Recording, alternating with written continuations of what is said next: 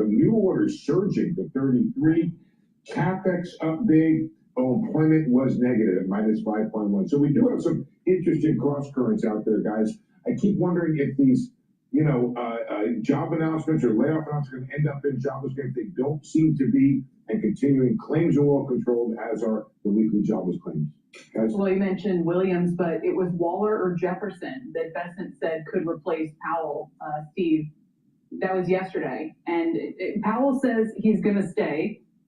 He says, I'll be chair pro tempore. Trump says I'll have to fire him. And Bessent suggested, Waller or Jefferson. In other words, it doesn't have to be Powell if there's not a new chair confirmed by May 15th.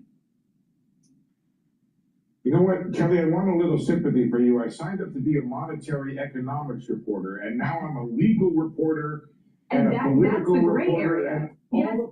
It would take both of those skills, because it's never been settled. They said it's been unresolved by the court. They've been going back and forth since 1978 on this.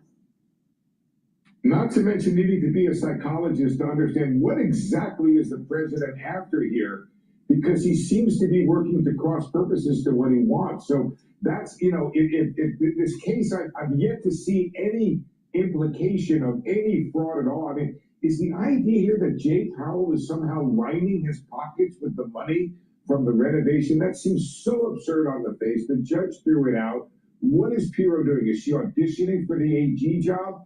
Anyway, it just seems to me that the president could have the guy he wants in the job he wants. And then there is this whole legal thing, Kelly, and just for the record, I did that story a couple weeks ago, and there is a big back and forth over the legality of whether or not it should be Powell, which is what they've done in the past, and whether or not any of the other folks could come in or be the board chair. Oh, we got a whole month to figure it out. It's all fine. Appreciate it. Thanks, Mike. I appreciate that. All right, AI will make aspects of life easier, but the harmful effects of the technology are beginning to dominate discussions, especially after recent cybersecurity issues with Anthropic's new AI model. Our next guest is one of the voices sounding the alarm and calling for regulation. Stuart Russell is a distinguished professor of electrical engineering and computer sciences at UC Berkeley and president of the International Association for Safe and Ethical AI. His most recent book is called Human Compatible Artificial Intelligence and the Problem of Control. Professor, it's great to have you. Please, if you could just, I suppose, describe what you are ultimately concerned with in terms of where AI is headed, how the threat that it presents, and I guess how close we are to it. So my ultimate concern is a very simple one. If we are going to build systems that are far more intelligent than human beings, they're going to be far more powerful than human beings. And the problem then is, how do we retain power forever over things that are far more powerful than ourselves? And is it an imminent tipping point that you see at the moment? And what should be done today to try and build a framework for containing that threat? So the imminence is a matter of, to some extent, who you ask, and it's really the technology itself. I would say at the moment, the technology we have does not present that kind of risk. It's already manifesting lots of other kinds of risks. And we're seeing, I would say, a partial loss of control, particularly over agentic technologies that go around deleting everyone's files. That happened to a Meta executive recently. Another unfortunate gentleman wanted to get a meeting with somebody at the Davos conference and asked his agent to make that happen. The agent took $50,000 out of his bank account and made a donation to the other man's favorite charity to get the meeting without his permission at all. And then, Alibaba, the Chinese company, found that one of its agents, which it was testing in a sandbox, actually escaped the sandbox and was mining Bitcoin using Alibaba's servers and consuming a vast amount of compute to make money for its own account. So these kinds of things are early warnings that we don't know how to control this technology. We don't know how to retain power over these entities and make them do what we want and make them not do what we don't want. So that's a... Hello, my name is DrPaulCottrell. We are live streaming on Rumble, YouTube, and simulcasting on X Spaces. Thank you for joining. I greatly appreciate it. If you share the links and ask your social media to follow me, if you like the content that I create, which is all free, I have thousands of videos out there for free to inform the public about certain topics. Please help support by donating on my website, the-studio-reykjavik.com. You can donate through Stripe, PayPal, or buy me a coffee. You can also be a paid member to my Substack, Patreon channel. You can follow me on TikTok, X, and GETTR. So there's lots of ways to help and follow. You can also watch the live stream on my website, the-studio-reykjavik.com. You can watch both versions, the larger screen and the telemetry screen. You can also listen to audio archives of my podcasts. Please share the links and ask your social media to follow me. And follow me on YouTube, Brighteon, Bitchute, and Rumble. Thank you for joining. I greatly appreciate it. If you go to my store and take a look at the great products that I offer, I have supplements that will help to slow down the aging process. These are supplements that I take every day. I have this protocol. If you follow my protocol, you will start to improve your health and wellness. For example, please go to my store and get the C60. You can get it in MCT coconut oil, avocado oil, and extra virgin olive oil. C60 has to be in a oil or a lipid for proper absorption. What C60 does is soaks up free radicals. It's 1,000 times stronger than vitamin C. It'll help the health of your mitochondria within your cells, help to bring down stress and bring down inflammation, and improve the health of that mitochondria so you have more energy by soaking up those free radicals. And when you do this regularly, you are slowing down the aging process. At the vascular level, C60 will soak up those free radicals and reduce your concentration of oxidized LDL. Therefore, you are producing less plaque in your vascular system. So you're reducing plaque formation, super important. And with better blood flow, you're helping your brain. In addition, at the brain level, by soaking up those free radicals, your neurons are going to be performing better. Less stress, less inflammation, more energy, more ATP within the neuron. Your neural connections will be improved. In addition, by reducing stress in the neuron, in the neural tissue, you have less misfolded proteins, super important. So your brain function will improve. Your immune system and your endocrine system will improve too. And your basal layer for your skin will improve. So you'll look younger. So please go to my store, the-studio-reykjavik.com. Use the C60. Take a teaspoon a day every day. You'll also notice that after a workout, you're recovering quicker if you take it before the workout. So take a teaspoon a day every day, preferably on an empty stomach. You can stack this with many of the different supplements that I have, like the Boomer Boost and the resveratrol, turmeric, ashwagandha, and lignans. It's a great stack with C60. So please go to my store, use discount 5, all caps, discount, large cap, discount number 5, and you get $5 off any order. Please go to my store, the-studio-reykjavik.com.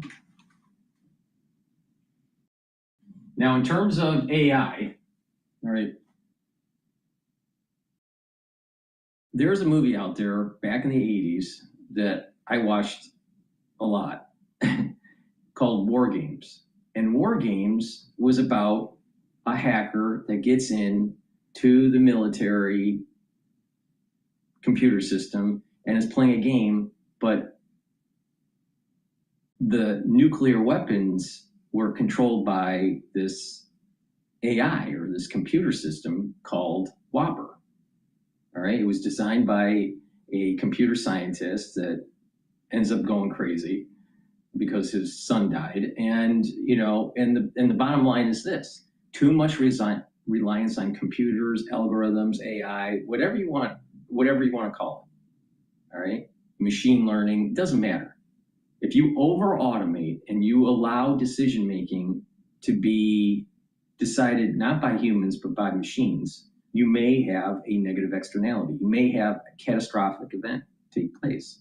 So this is something that has been talked about for decades, if not 100 years, in sci-fi literature or in the movies. So the bottom line is this. If you have a company and you're over-relying on AI, you're going to have a problem. Because over-relying on it is going to cause a negative externality. Oh, you can save so much money and blah, blah, blah. Really? Really? You may be saving some money in the short run, but what happens when it gets out of the sandbox, like what's going on with Anthropic? You have vulnerabilities now.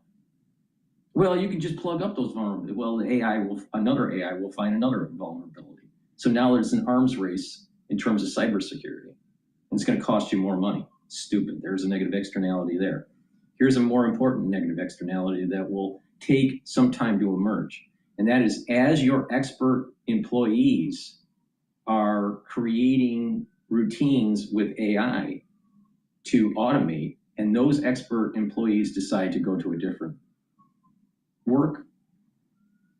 workplace, work for someone else, or retire or whatever, your expert employees aren't going to be there. So when things start to not work as good, or people don't know which routines to use or what the vulnerabilities are, you're going to actually have institutional knowledge go down. And you'll have less efficient company.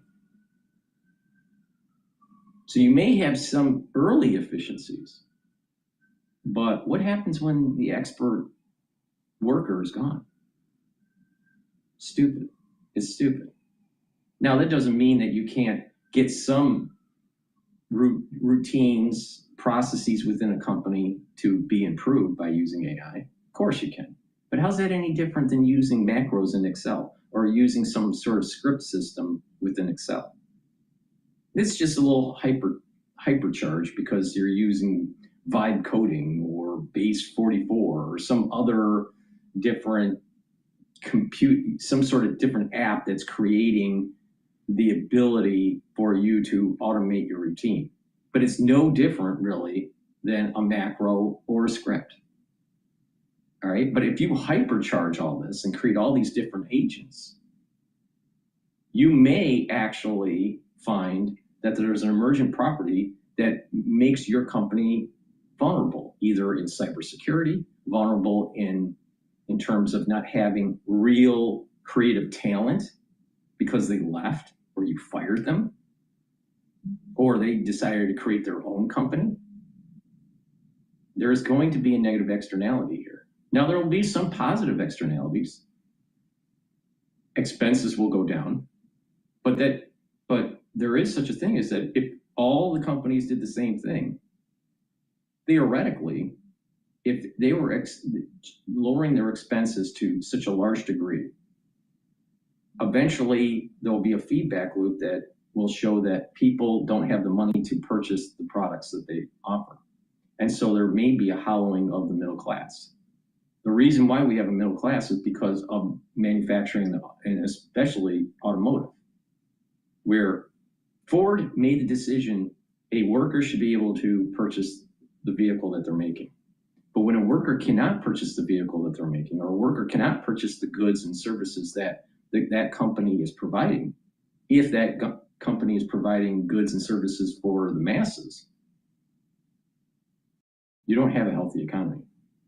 There will be negative externalities with using AI.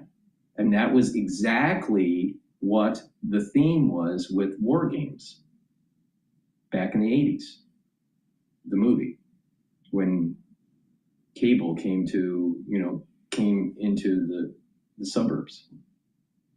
So I think this was around 84, maybe. So do we want Whopper to run your company? Do we want Whopper to run our government? Do we want Whopper to run our nuclear missiles? Well, the answer in the movie was no. Well, something similar is going to happen to your company if you over automate it.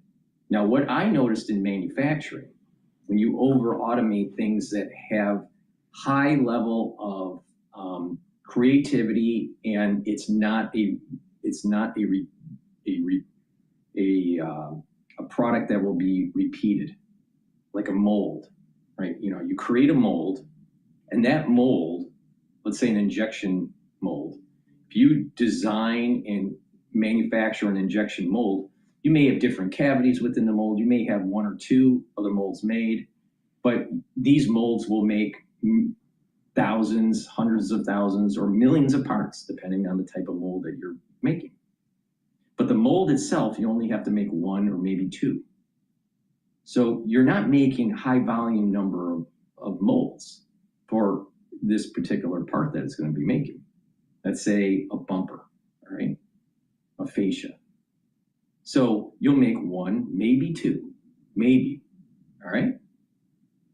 And this mold may cost $1 million to make, but it'll make 500,000 bumpers, 500,000, let's say, fascias. All right. It doesn't make sense to super automate every single process for that mold. Like, for example, these molds are very big. All right. It takes a lot of time to cut. Right. Do you really get that much cost savings if you have a tool changer for the CNC machine for a mold that is only a one-off? No. It makes a lot of sense if you're making 500,000 parts on the CNC machine, but that's not the case with this. You're making a mold. So using tool changers for a mold doesn't make sense because the tool can break and the machine doesn't know that the tool broke. The stock's still there. It changes the cutter for the next operation and it breaks because the steel stock is still there. Classic example that if you automate something because people want to be lazy, it actually costs you more money and you lose time.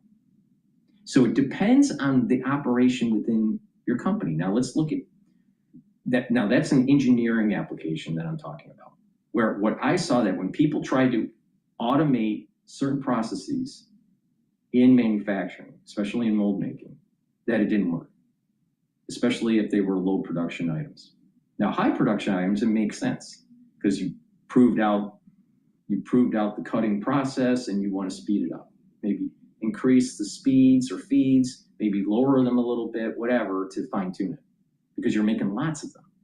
All right. But what happens at work where you're not doing a lot of something, but you only do it rarely? Does it make sense to actually automate that? Because if you do it rarely, then you want to make sure that you are slow and methodical to make sure that you're doing everything correctly.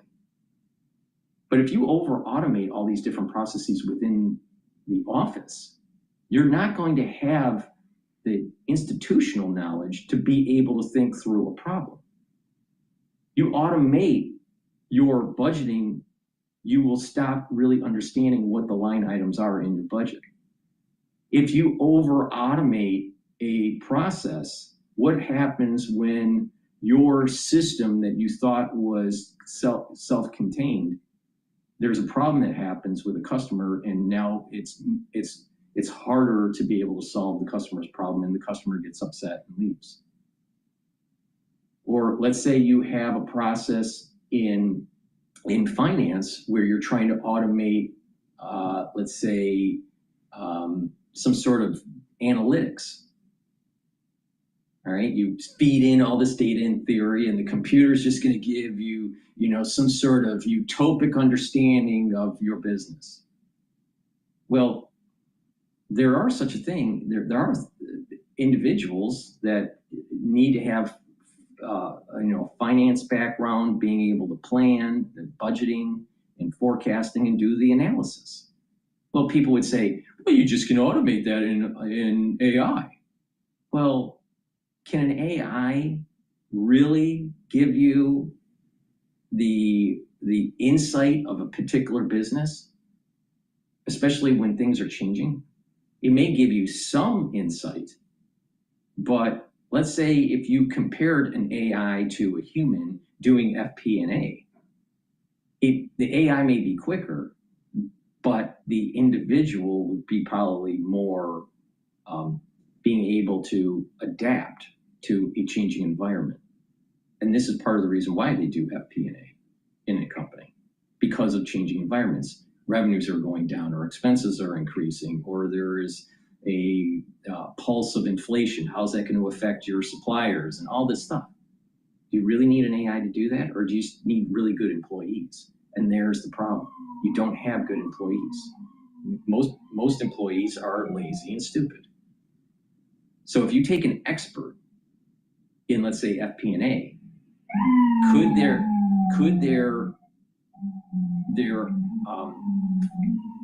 productivity increase with the use of an AI tool to help with analytics? Yes.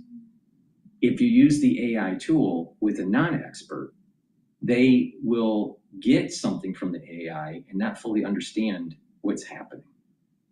And their emergent properties, some sort of negative externality may happen. I have not been convinced by AI in terms of back office operations, especially in FP&A, where a individual that has a decent amount of experience and creativity. I haven't seen where an individual is worse compared to an AI system when fully trained. Usually these people, like for example, people that are experienced in, let's say, back office operations, they basically know what is going wrong with the company within 20 seconds, in 20 minutes. All at 20 minutes, an experienced FP&A. 20 minutes, no matter what the company is, how big it is, how many business units they have, 20 minutes. All you need to do is see the balance sheet, the income statements, and the cash flow statements for about 5 years out. And that's the consolidated version and the business and the individual business units. And from that, within 20 minutes, you can determine what's wrong with the company. Now, maybe an AI can do it in 5 minutes, or maybe an AI can do it in 30 minutes, or 30 seconds. I mean, maybe 5 minutes or 30 seconds, the AI can do it.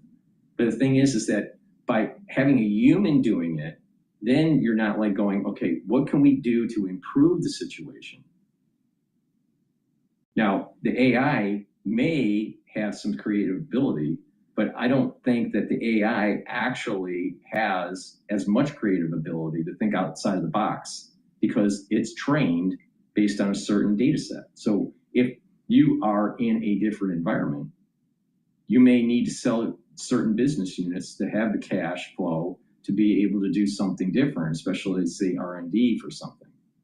The AI might not think that. The AI might say, continue investing in that unit that you thought a human may want to spin off, and let's say, create new products within that unit that you wanted to spin off.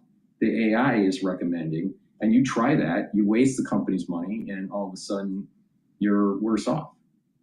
So now, at that level, I don't think any company is going to just automatically use the AI, but this is what people are thinking about using AI. And if you keep humans out of the decision making, if you keep humans out of the creative process, there is going to be an emergent property where the company will not perform as well.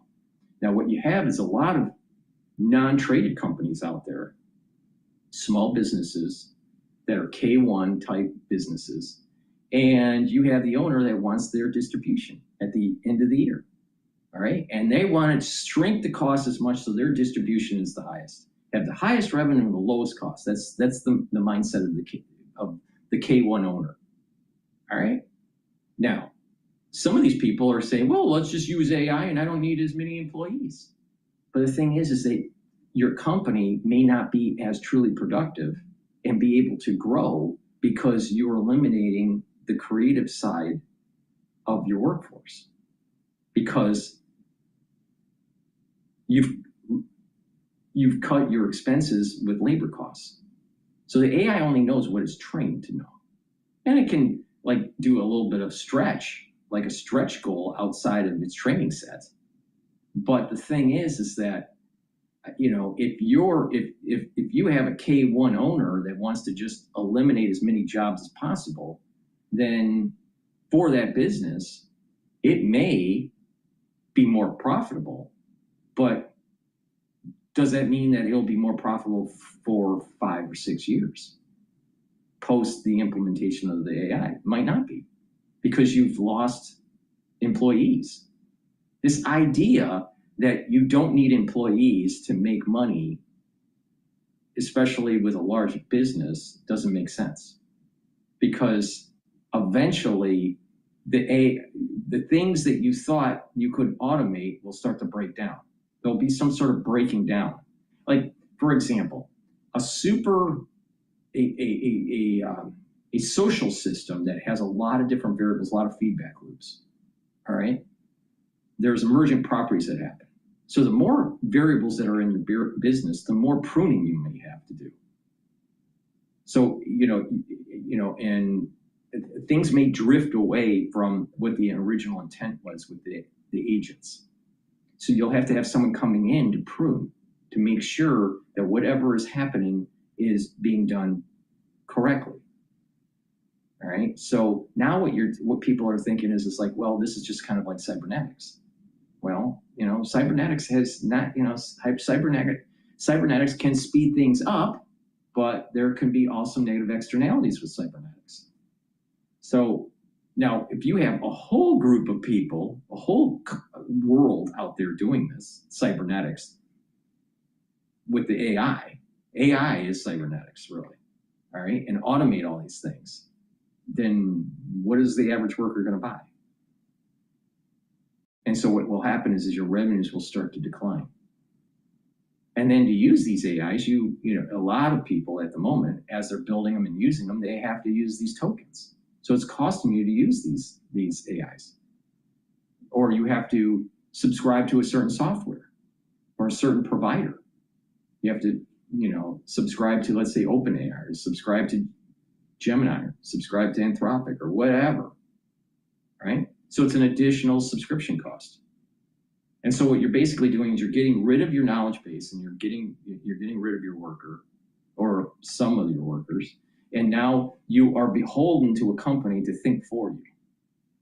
So they're basically saying, stop having a human employee work for, let's say, $100,000, and we're going to charge you $30,000 for a subscription to a software. You're saving $70,000. So the K1 owner is viewing, wow, that's $70,000 that will go into my pocket. But if you have a lot of people doing that, then perhaps the actual revenues will start to go down. And it may go down more than 70%. Or it may go down more than, 70%. So it just depends on what that feedback is to the actual revenue stream. See, everyone's so focused on expense, speed up for productivity. But what's the feedback from people that are not employed to the degree they used to be, and they start cutting their expenses? And what will happen is that if this does take hold at the societal level, then there will be a great deflation. And when the great deflation takes place, that means home prices crash. That means tax revenues go down. That means insolvency for the bonds to be able to pay the bond debt. Cars and mortgages and all that start to default. So are we setting ourselves up for the Great Deflation because of over automating our society? I think so. Now, it just depends on when that feedback to revenues starts to be a negative externality that starts to emerge out of the world. When people are worried about their job, do you think they'll spend more? Do you think that they'll decide to purchase a home, or a bigger home, or a new car, or whatever, go out on a vacation if they're worried about their job? Of course not. And everybody's worried about AI. Everybody is worried about it. Even the people that are making the AI at the software companies, they're getting axed. So that you can see in some cases that there is a negative feedback within a sector or a certain industry.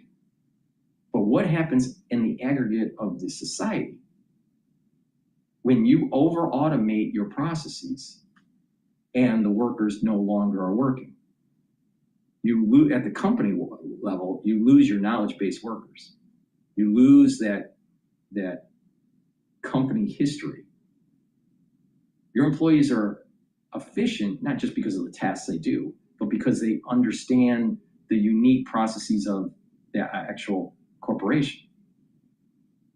Now, when those employees are gone, and the aggregate level, the unemployment rate is going up, or the underemployed level is going up, and people are concerned and they pull back and entrench, revenues for these companies will start to go down. So being human, you need some tolerance of inefficiency. That's part of being human. That's actually where the creative magic is.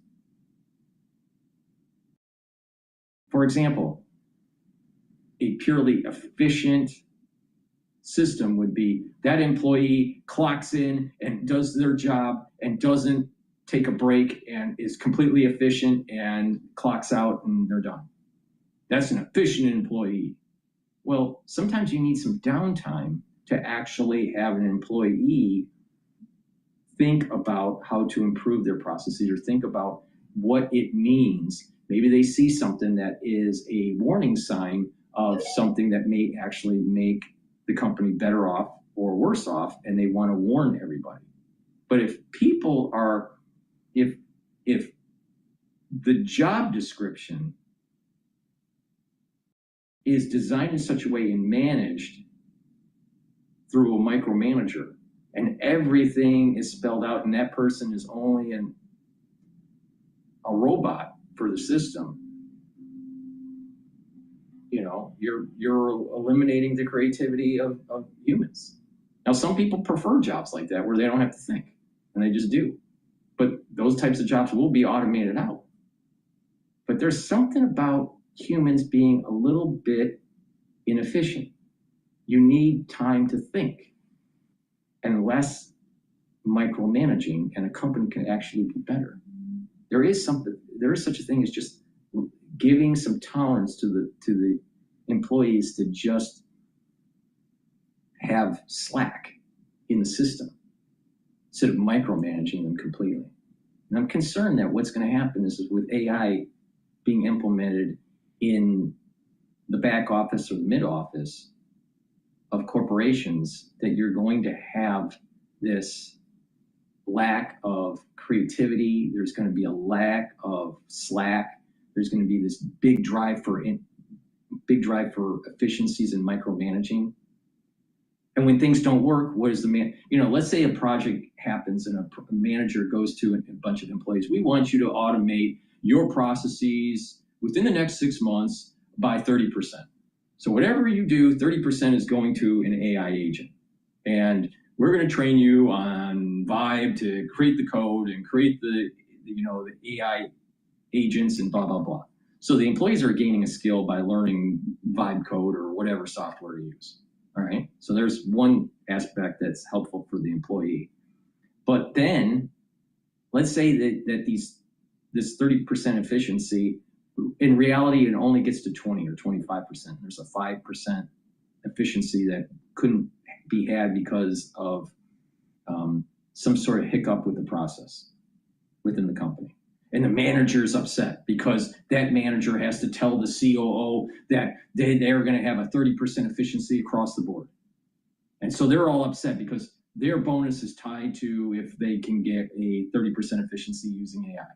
So they put all the stress on the employees below them to try to get that extra 5%. So there's this micromanaging of it, and they get upset because it can't be done or whatever. But the 30% was just an arbitrary number. So there's going to be stresses within a company, and people are going to say they don't want to be micromanaged, and they're going to leave. Or they see that if you can, improve your process by 30%, and you're not seeing additional work coming to you to be able to do for the company, the writing's on the wall that they're going to push you out. And people are going to stop buying. People are going to start, retrenching.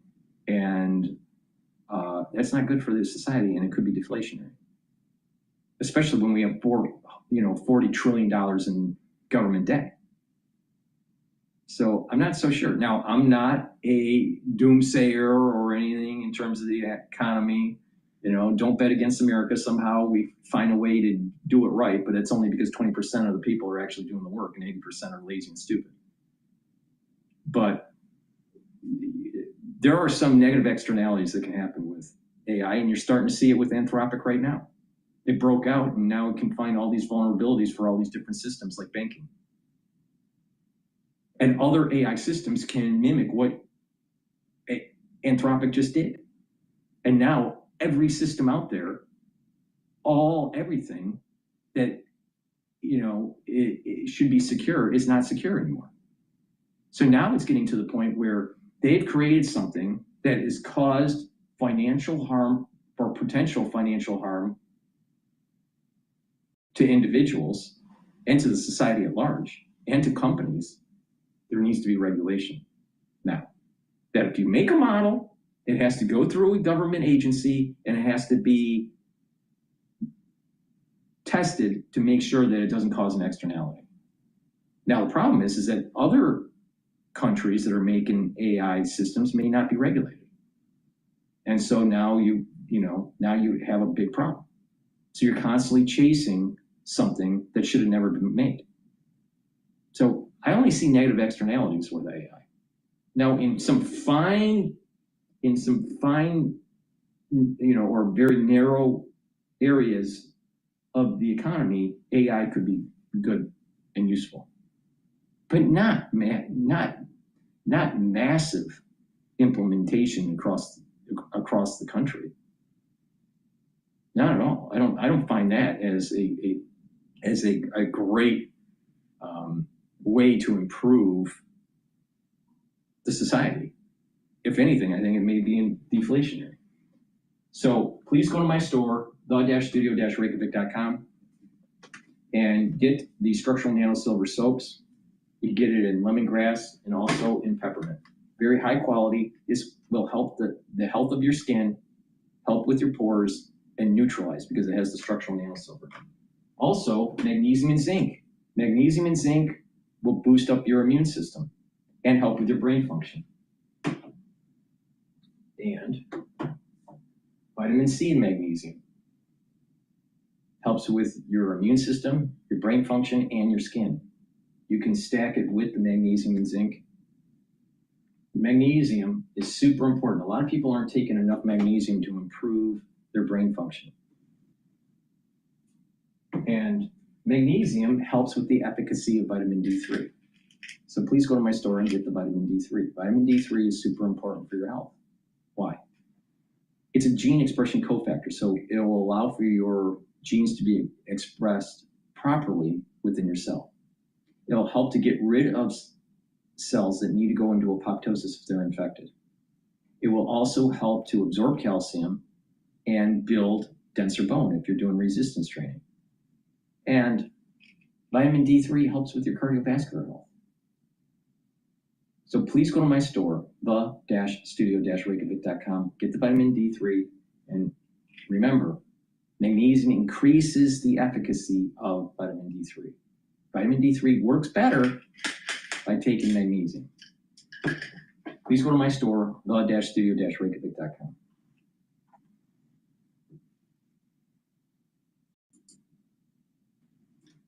And they're shocking at first, minus 0.5% on industrial production. We're looking for up 1/10. But when you see the revision, it makes more sense. Up 0.7 now replaces up 0.2. So the minus 0.5% now is a mean between the 2 months starts to look better. As a standalone, minus 0.5% would be the weakest since July of 24. But when we look at up 0.7, that's really a very strong number. And that means we now have back-to-back numbers that are strong because we had 0.7 in January. Now we have a 0.7 in February. Pretty strong start. If we look at utilization rates, we're looking for a number above 76. We come in below 75.7, weakest since Nov of 25, and unlike industrial production, we went from 76.3 to 76.1 in February. We see that interest rates remain in a very, very consolidated range, hitting very key points like 4.25 in 10s. Right now at 4.27, it's down 2 basis points. Swap demonstrator return after a short break. All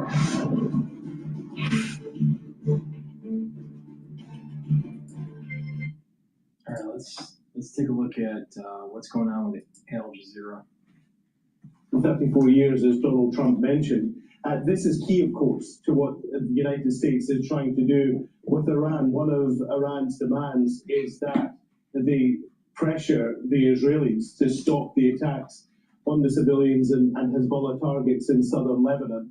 The United States certainly has put that on the table, but Benjamin Netanyahu, the Israeli leader, has said that that's not going to happen. They will continue their operation. This is separate from whatever the United States agrees with Iran. Certainly Donald Trump had confidence that the two leaders would meet and certainly talk at some point on Thursday, but from both the Lebanese side and the Israeli side, there's no confirmation that these talks are taking place.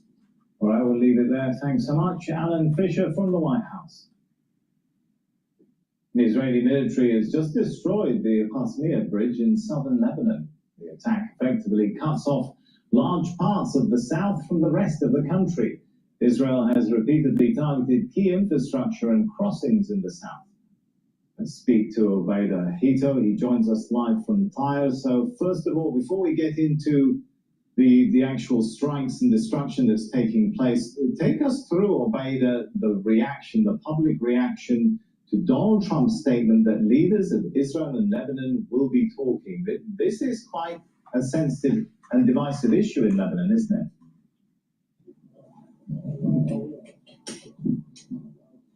Absolutely, quite divisive indeed. But I think people here are seeing this chain of events as just a part of this this PR campaign that Trump and Netanyahu are putting on. They want to deliver victories to both of their domestic audiences. Netanyahu continues to carry out the invasion, and he's given the orders to occupy and invade Lebanon and continue to target people here with impunity. And I think this is the way people in general in Lebanon are understanding it. Now, there is a huge portion of the Lebanese population that feels like they've been forced into this situation, that they didn't choose this war, that it was forced upon them. But at the end of the day, what's happening on the ground is that people are being displaced from their homes. Over 1 million Lebanese people are displaced currently. And the way things are moving forward, it's not clear when any of them are going to actually be able to even go back or think about going back to their homes, let alone if their home has been destroyed or not, if it's in a place that's currently occupied or not. The situation is quite intense. And actually, even if the Lebanese government decides to talk to Israeli officials, it's not going to change things in 1 day or 2 days here in Lebanon. There's a huge humanitarian crisis unfolding, and part of the reason is because of these strikes that we continue to see on critical infrastructure like hospitals, targeting ambulances, paramedics, and bridges. The last bridge that connects North and South Lebanon has been completely destroyed, cut off. It was partially damaged in the past. The military a few days ago received a warning from Israel that they were going to target that bridge, but today it's been completely destroyed. We went and visited that bridge just shortly after it was targeted, and this is what we saw. We're here on the Qasmiyah Bridge in southern Lebanon, which connects the northern part of Lebanon with the southern part of Lebanon, crossing over the Litani River. And you can see this huge ditch that's been dug into the earth where this bridge was. The river runs right under this bridge. It's one of the main bridges actually crossing over between northern and southern Lebanon. It connects Tyre to the city of Sidon, and then later on to Beirut and the rest of the northern part of the country. This is a main thoroughfare here. It's very close to the coastline. You can see there in the edge, that's where the river runs. Now it's completely destroyed. This is the last remaining operational bridge crossing over the Litani River. This is a huge tactical strike in terms of basically cutting off all supply lines to anybody who's here in the south. Israel continues to say that it's targeting this kind of critical infrastructure in order to prevent Hezbollah from moving weapons and fighters and moving around in the country in general. We've got more jets in the sky, and now they're telling us to move out of this area. But what you're seeing here is the result of a systematic destruction of critical infrastructure here in Lebanon. The situation continues to escalate despite people here expecting some sort of break in the violence, but that's not come as soon as people would have liked. Currently, there are around 100,000 people here on the southern part of this river. Essentially, now they've been cut off from the rest of the country. It's going to make it extremely difficult for any kind of humanitarian aid to reach southern Lebanon, for any civilians to come and visit or to escape from these areas. People were using some makeshift pathways. The military had patched up the bridge after it was struck multiple times, but now it's completely destroyed. You can see what's left of it there, this big metal structure, as they're trying to evacuate us from this location. So we're going to have to leave it here. This is the situation in southern Lebanon. This is something that has been adding up over 6 weeks now of violence here in the south of the country. What people really want is for this to stop, but how that's going to happen is not clear yet. Okay, we're going to go to Fox News. They posted a video with General Kellogg. But before we do, please go to my store, the-studio-reykjavik.com. We're in the allergy season. So a great way to mitigate allergies and that throat irritation that you might have is to get the drops and the lozenges, the structural nanosilver drops and lozenges. You can use them for the allergy season or the cold season. Just be prepared. I have in stock the honey and lemon and the cherry flavor. I also have orange splash with vitamin C and Manuka honey. So get the drops and the lozenges. They're made from structural nanosilver. They'll help to protect your oral pharynx and those epithelial cells, which is super important to help boost up your immune system. Please go to my store, the-studio-reykjavik.com. Make sure you use discount 5 and you get $5 off.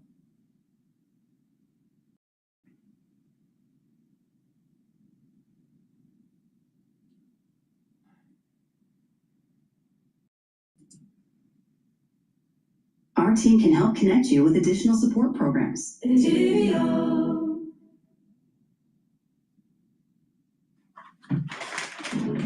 put our 2 destroyers through. Minesweeping operations are ongoing. What President Trump has done is taken that leverage, taken Iran trying to hold the entire world's economies hostage, has taken that off the table now with this action. So you have a ceasefire that goes for another week. We'll play it day by day and see how it goes. Right now, we want to look at sweeping the strait, how you look for mines, how you find them. If the mines are even there, remember what the Iranians said, okay? They said this is the hazardous area. That's where the mines are out there. They told all these international carriers, look out. But the U.S. says you have to find any. And we don't even know if what the Iranians are saying are true. In the meantime, this is the international route that you have.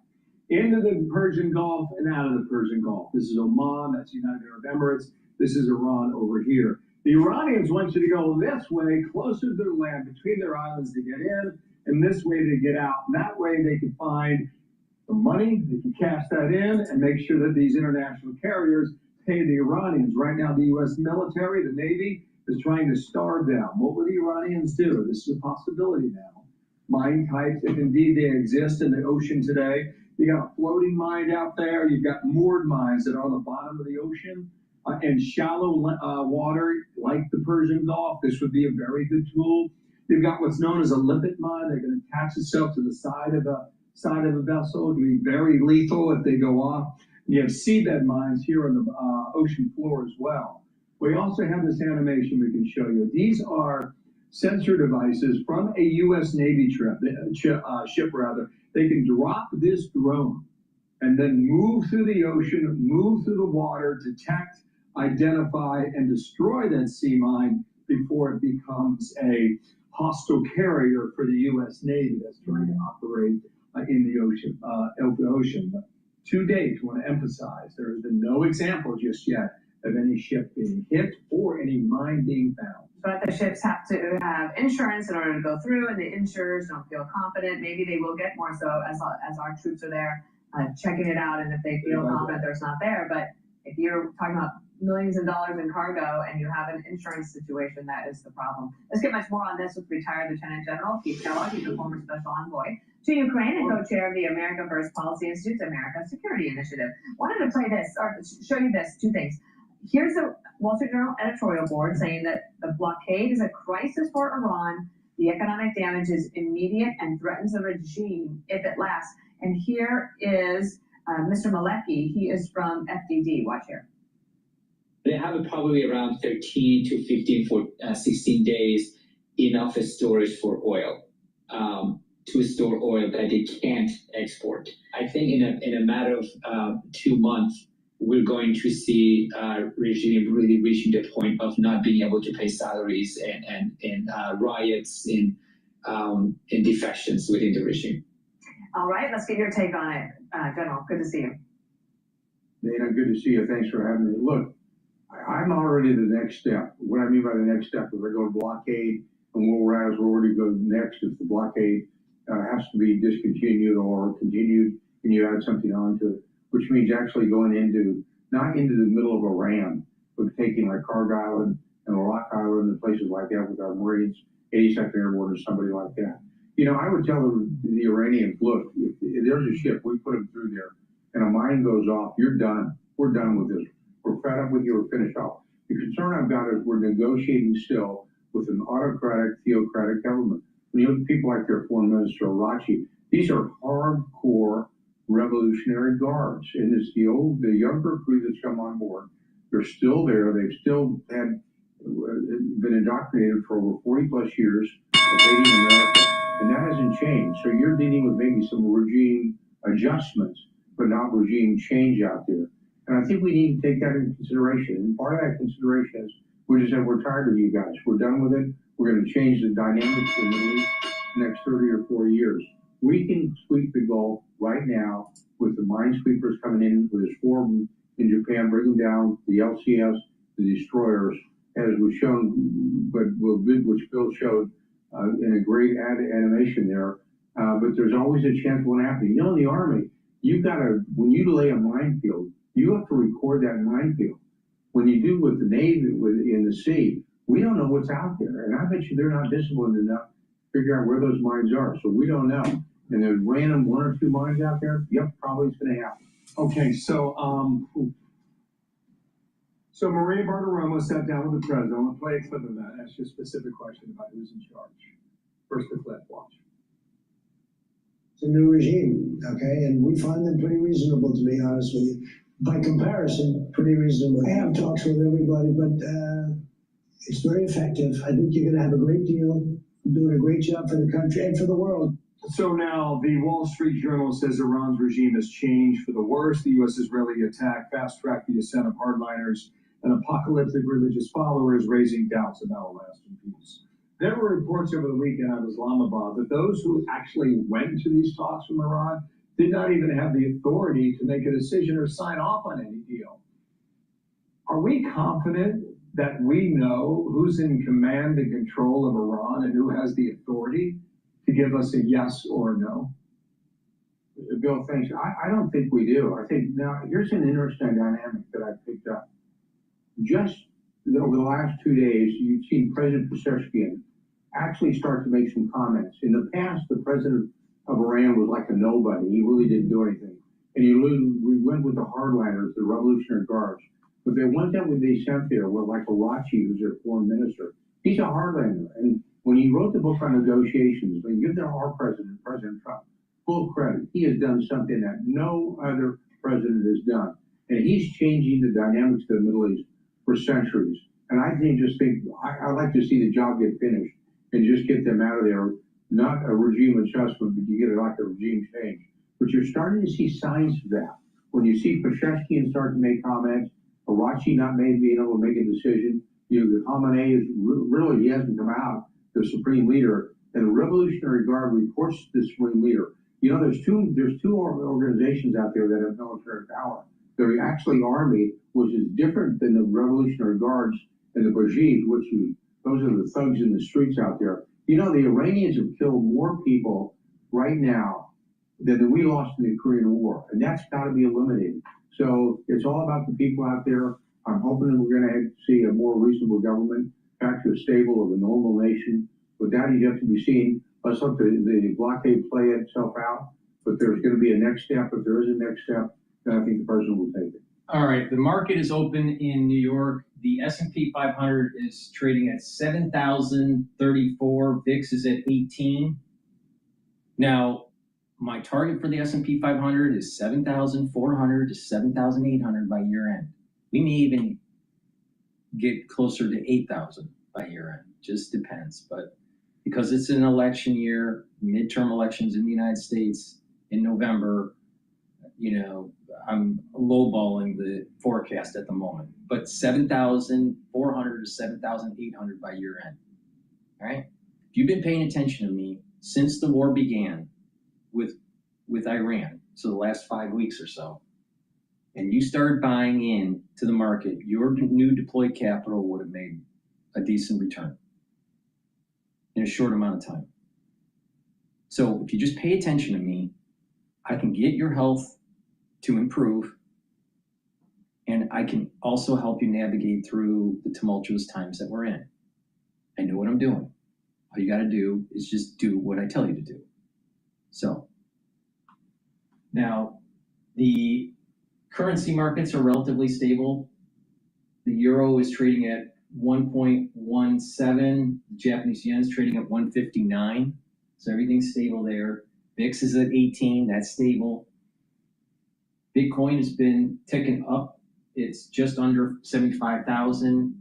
Natural gas is at 2.625. And oil is trading at 92.16.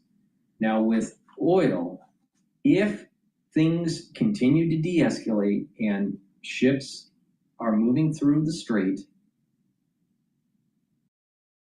then we're going to see oil soon start trading in the 80 handle, that like 85, 80, high 80 range. But it's possible that the United States will need to use kinetic means in the region. Now, Trump said that, it's almost done. So the chances of it going down are much higher than oil going up. Okay? So that means that the immediate trading range is probably around 91, maybe 92 to about 94.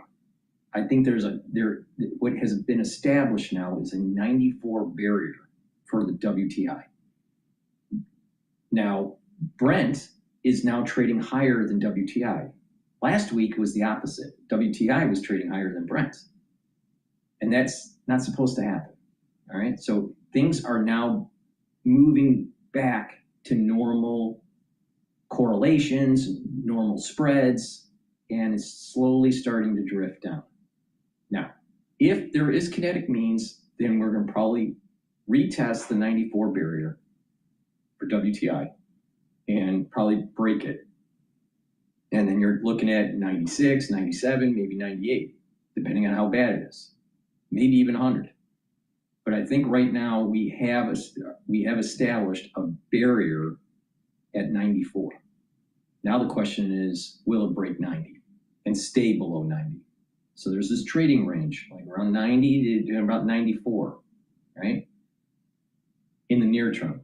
if we start seeing lots of flow of tankers filled with oil, no problems, no kinetic military means by the United States on Iran, no missiles being launched by the Iranians to Israel or to the GCC, then we're going to start to continue to see oil drift lower into the 80 handle. Now, that would mean that UCO, which is a 3 times leveraged ETF, should be going down, and it has been going down.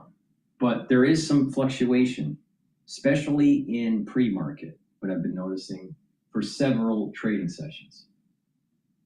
The pre-market for the ETF for oil went as high as 42.19 and then started drifting down. And right now it's trading at 41.76. But if we break 90, we should see UCO also probably break 40. And we should start seeing creeping up SCO. So if UCO starts to go down, SCO will start to go up. And SCO is a 3 times leveraged ETF where it will appreciate if oil continues to go down. And yesterday, in terms of percentages, UCO went down and SCO went up at approximately about the same amount. Once in a while, you'll see that, and I've noticed this maybe 2 trading sessions ago, where SCO actually fell. This must have been Monday. I think it was Monday. SCO fell more than UCO fell more than SCO. And there was a difference in terms of movement within those ETFs by about 2%.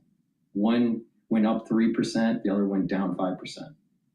So there was a little bit of a tracking error with that hedge. Now that doesn't normally happen. And I think that was just the veracity of the sell-off in oil that caused that issue while people were repositioning. But I think over time, what's going to happen is that oil is going to start drifting and it's going to test that 90 and it's going to break, assuming that there's no further kinetic means in the region, military. So please go to my store, the-studio-reykjavik.com. Get the Bloomer Boost. This has 68 nutrients. This will target multiple systems that will help with your brain function, cardiovascular health, and musculature, rev up your metabolism, increase your energy levels, boost up your immune system and your endocrine system. It'll help to slow down the aging process, and you'll be able to control your A1C levels. This stacks really well with the Gladiator barley and the heirloom barley. So please go to my store, the-studio-reykjavik.com. Get the Bloomer Boost. You'll feel the effects of this within 72 hours when you start taking it. This is a month's supply. You'll have a steady burn of energy. You'll be able to sleep better. You'll be able to concentrate better. It's a great product that you should be taking every day. It stacks really well also with the C60. So please go to my store, the-studio-reykjavik.com. A digestive enzyme complex. If you're 40 years of age or older, you need to take care of your pancreas. You don't want to be a Steve Jobs, okay? So digestive enzyme complex will help to break up proteins, carbohydrates, and lipids, help you to reduce the load on your pancreas and allow you to absorb your nutrients easier. If you're an athlete, younger or older, you'll also benefit from digestive enzyme complex because it'll help you to break up your pre or post-workout fueling. So please go to my store, the-studio-reykjavik.com, and get the digestive enzyme complex. And omega-3. Cardiovascular health is super important. And better cardiovascular health will also improve your brain function. So use the omega-3, take it every day, bring down the LDL levels, increase your HDL levels, bring down inflammation, and by doing that, you're reducing plaque formation. You're improving the health of your actual blood vessels. And with better blood flow, you're giving your brain the nutrients that it needs to maintain the health of the neurons and the neural connections. So please go to my store, the-studio-reykjavik.com, and take the omega-3. Very important. Make sure you use discount 5. I want you to save some money. All right. I know things are more expensive, but use discount 5. You get $5 off. Go to my store, the-studio-reykjavik.com. And if you like the work that I do, please help support by getting the products, sharing the links, and if you would like to make a donation, you can donate on my website. All right. With that, I want to listen to the fleet commander. This is Cipher Brief. Explains Iran crisis in the Strait of Hormuz. Now, this was published 52 minutes ago.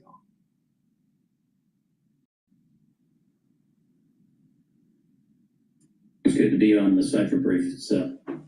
It's my pleasure to welcome retired Vice Admiral Kevin Donegan and his friends call him Kid to the Cipher Brief studio. Kid, welcome. It's very good to see you. Really appreciate you being here.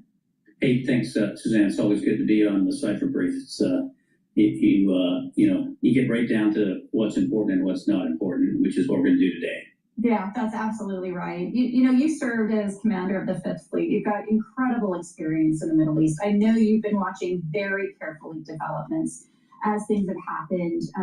We've seen headlines that range from the strait is blocked to the strait is not blocked to it's kind of blocked. Can you just kind of level set for us right now, Kid? Like what you're seeing happening in the strait? Can you make it a little easier for us to digest this?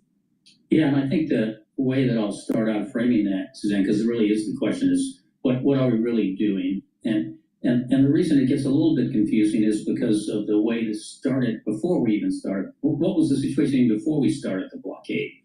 Which, if we start with that, then we can layer the blockade on and make it a little bit easier to unpack. So before the U.S. began its blockade, basically what you had was a Strait of Hormuz that wasn't really being used by the oil carriers to move in and out because it deemed by the insurers, by the companies that have the crews, not really safe for them to go through because they weren't really sure. And if they did go through, there was potentially having to pay a toll to the Iranians and such.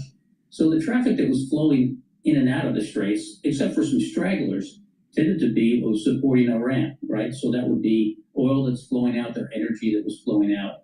And at the same time, things that go into the ports of Iran to sustain, their economy. So think of imports and exports. So what the U.S. blockade is doing is, and at the same time, the Iranians said they mine the straits. They actually said they mine the straits and they don't know where the mines are. So that's kind of interesting. But it shows you a little how much, and if you look at that a little deeper, it kind of shows you that obviously the work that CENTCOM was doing against the Navy and against their capability was effective in terms of they couldn't get out there and put what you would call a legitimate minefield in place where they know where the mines were and could ensure that those things wouldn't show up somewhere else. So with that being the situation before, you had this, I call it restricted flow, and energy not going through the Gulf, LNG definitely not getting out, container ships not getting in and out. And as I said, just these ships related to Iran coming out, and they profiting from that. So what happened with what the U.S. has done is says, well, why should we allow the Iranians to profit when they're not allowing, because of the environment here, mining the straits and their threats against shipping and the requirement to pay a toll? Let's stop them from being able to profit during the same time period. So the U.S.'s mission was to not allow ships that are to enter Iranian ports or leave Iranian ports. And then the methodology for that isn't that you go put the ships off the coast of each port and manage all that flow there. Instead, you sit in the Gulf of Oman and you, with surveillance and other assets, pay attention to what's coming in and out of the ports. And as they flow through the Straits of Hormuz, and in some cases from the ports that are outside the Strait of Hormuz, as things try to flow in or out, then the U.S. interdicts those ships and tells them to turn around and go back. So that's what's going on now. And the idea is to apply pressure. Yeah. Let me ask you then, and I really appreciate the reframing of this. I think it's really helpful because it's so easy to get lost in all the details. But Iran is now threatening to block shipping from the Persian Gulf, from the Sea of Oman, and the Red Sea. So if this were to happen, how significant of a change would this be? Well, the Iranians don't really have more capability than you see them doing right now, right? So they can say what they want. They can certainly try to bring the Houthis into this and try to constrain Red Sea traffic again. But up until this point, the Houthis, other than one missile launched against the Israelis, have been relatively quiet. I don't know if they have the sway to bring the Houthis into this, because if the Houthis come into it, that puts them subject to some of the things that you saw go on before. So I think the other thing the Iranians threatened to do was if you constrain our ports, we'll attack Gulf nation ports. And so right now, we haven't seen that happen. We also haven't seen the U.S. resume airstrikes. So what that really leaves is, I call it wiggle room, but it certainly leaves room to maneuver the negotiating table for both sides, right? Neither one of them blatantly breaking the ceasefire, so to speak, in terms of strikes against each other. There's been some transgressions here or there by the Iranians, but not what we were seeing in the past. So I think both of them, don't necessarily want to completely derail that and get back to where we were before. Not after just one meeting in Pakistan, which, as you know, in negotiations tend to frame the processes and procedures and things that where agreement is and disagreement and how close you are. No one really expected that all of a sudden we go in there and come out with a signed agreement. That there's too much to work out. So I think what you should be looking for now is how are ships reacting to the U.S. blockade? Mm-hmm. Let me ask you as well, and let me just dig in a little bit deeper on that mine sweeping topic, because it's been in the headlines for the last few weeks. The way that you've laid this out is very interesting to understand that there is no sort of rhyme or reason. The Iranians don't know where these mines are. How do you start to undertake a mine sweeping operation under conditions like this?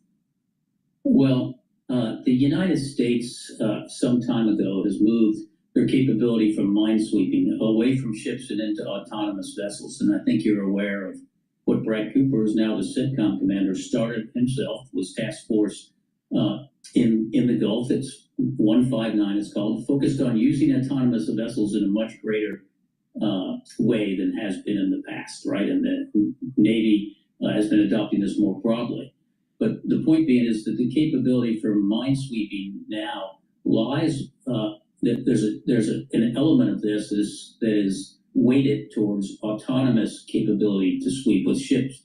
Think of it, these things look like long, big torpedoes. They can be sent out. They'll navigate themselves, run back and forth in a pattern to map out both the floor and the surface of the sea, IDing where mines would be, if there's any free-floating mines or bottom mines, identifying them. And then the second piece of that would be to then tag them and send something in to destroy or make inert the ones that are in the waterways that are important, and the other ones you leave for a later period of time. I don't know that I can tell you that we're not already doing that. You wouldn't know if we were doing that. And our allies in the region have a capability to do this also. So when it comes to capabilities to do this mission, it's less about ships and more about the capability that we have to be able to clear the mines, regardless of whether you have ships or not.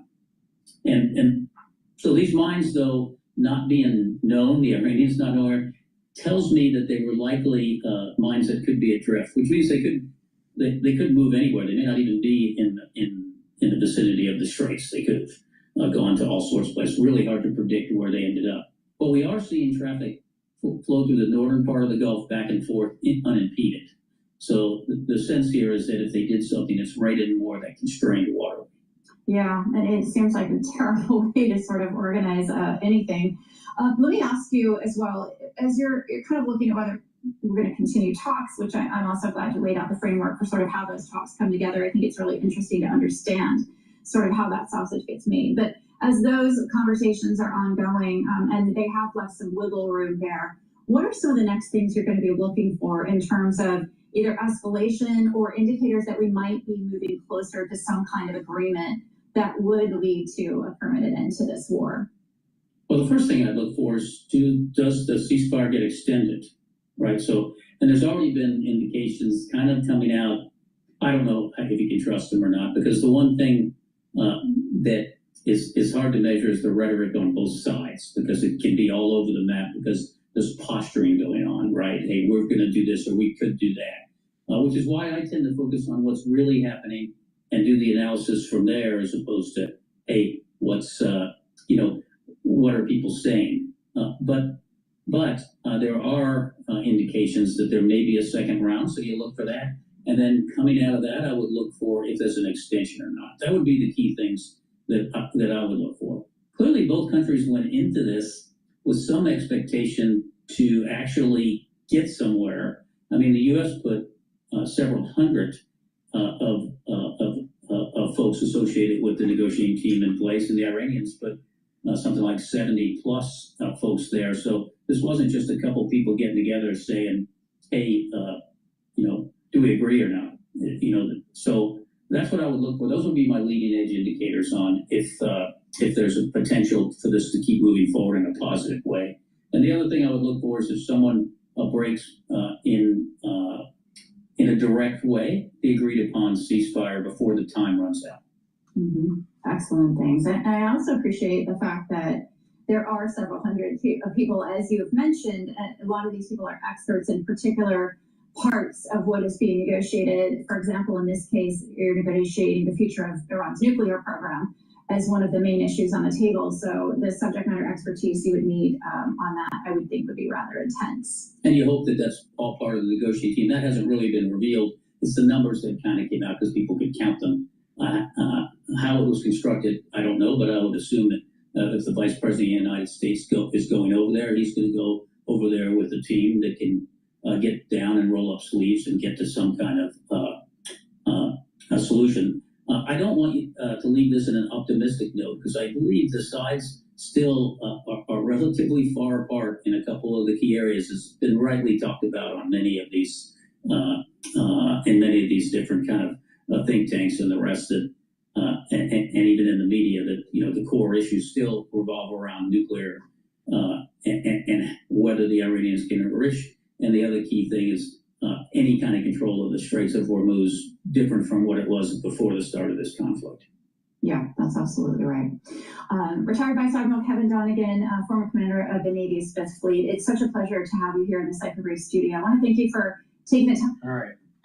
We're going to take a look at the markets here. The UCO is trading at 42.07. So it's going up a little bit since the market opened, and it is approaching the pre-market high of 42.19. Equities are retracing a little bit. It's at 7,010 right now, with VIX increasing slightly at 19. And oil is moving at about, it's moving up a little bit. It's trading at 93.37. So like I said, there's probably going to be this trading range. We're going to maybe retest the 94 level soon here. I don't know if there's anything that new came out in the news. That nothing seems to be popping up on the screen, but we'll continue to watch.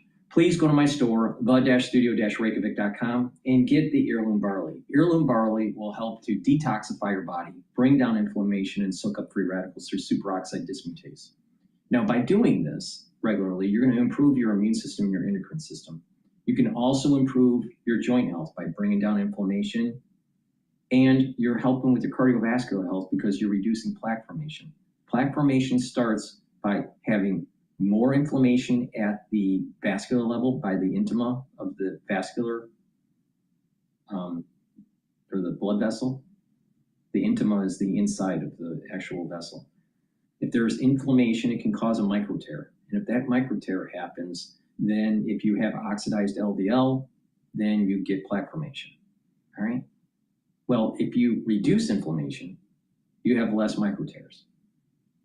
If you have less oxidized LDL by soaking up free radicals, then you will have less plaque formation. And that's really important for your vascular system. A lot of people don't understand how plaque is formed, but keeping inflammation down and soaking up free radicals, preventing oxidized LDL is really important. And with better blood flow, you have a better hippocampus and better connections with your neurons. And that's really important. So please go to my store, the-studio-reykjavik.com, and get the heirloom barley. Now, ashwagandha root will bring down cortisol levels and help to control your blood glucose levels. That will reduce inflammation and boost up your immune system. Super important.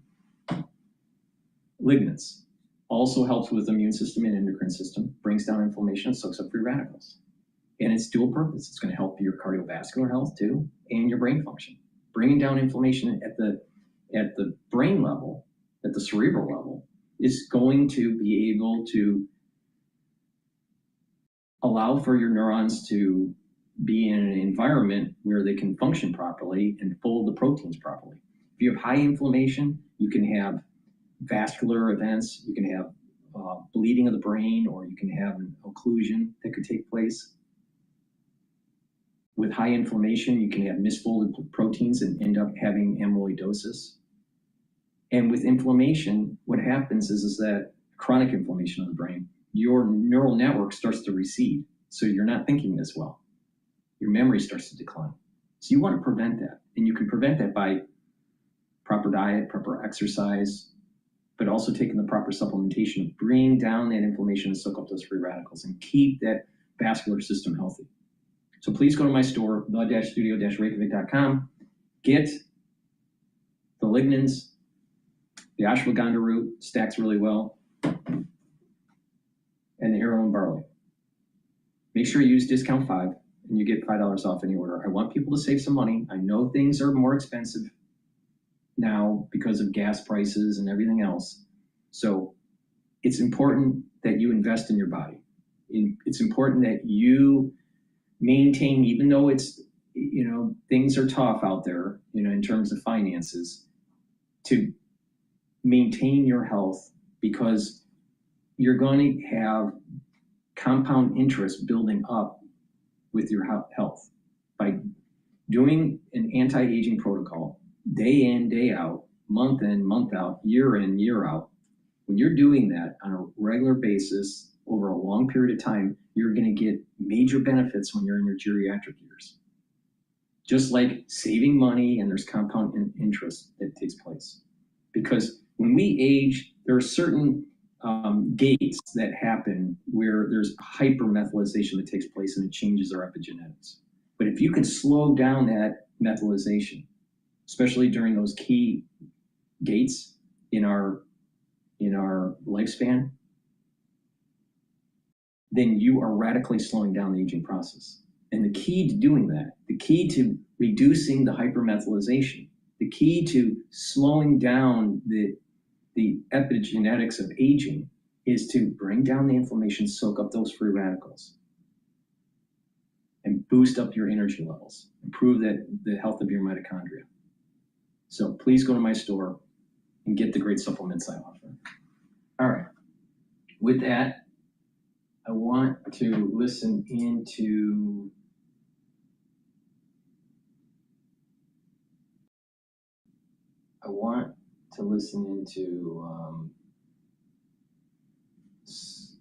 probably Bloomberg.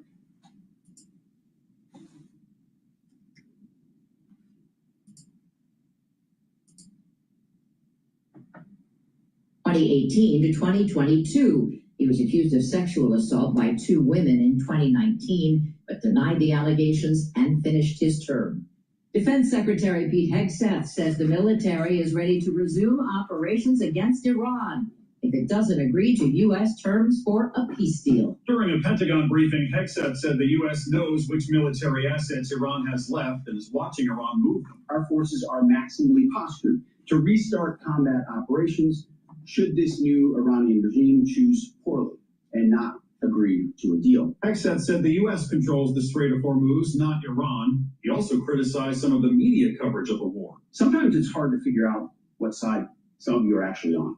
It's incredibly unpatriotic. Michael Wallace, CBS News. England's Archbishop of Canterbury, Sally Mullally, says she just called Pope Leo's courageous call for peace after a war of words with President Trump. As the war drags on, a stark warning from the head of the International Energy Agency, Fatih Birol. In Europe, we have maybe 6 weeks or so jet fuel left. He's warning of possible flight cancellations soon.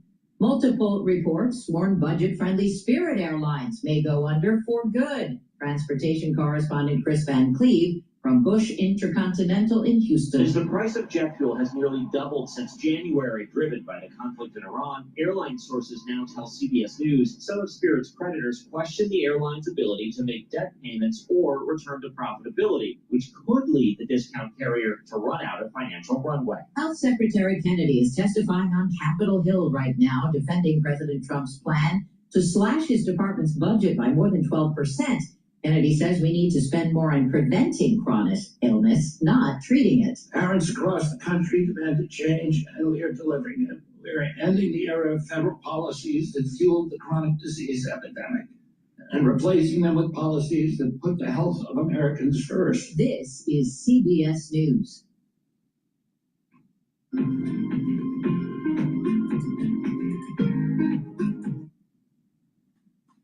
Takeaways on how they plan to prosecute this maritime war while those Islamabad talks are still at play.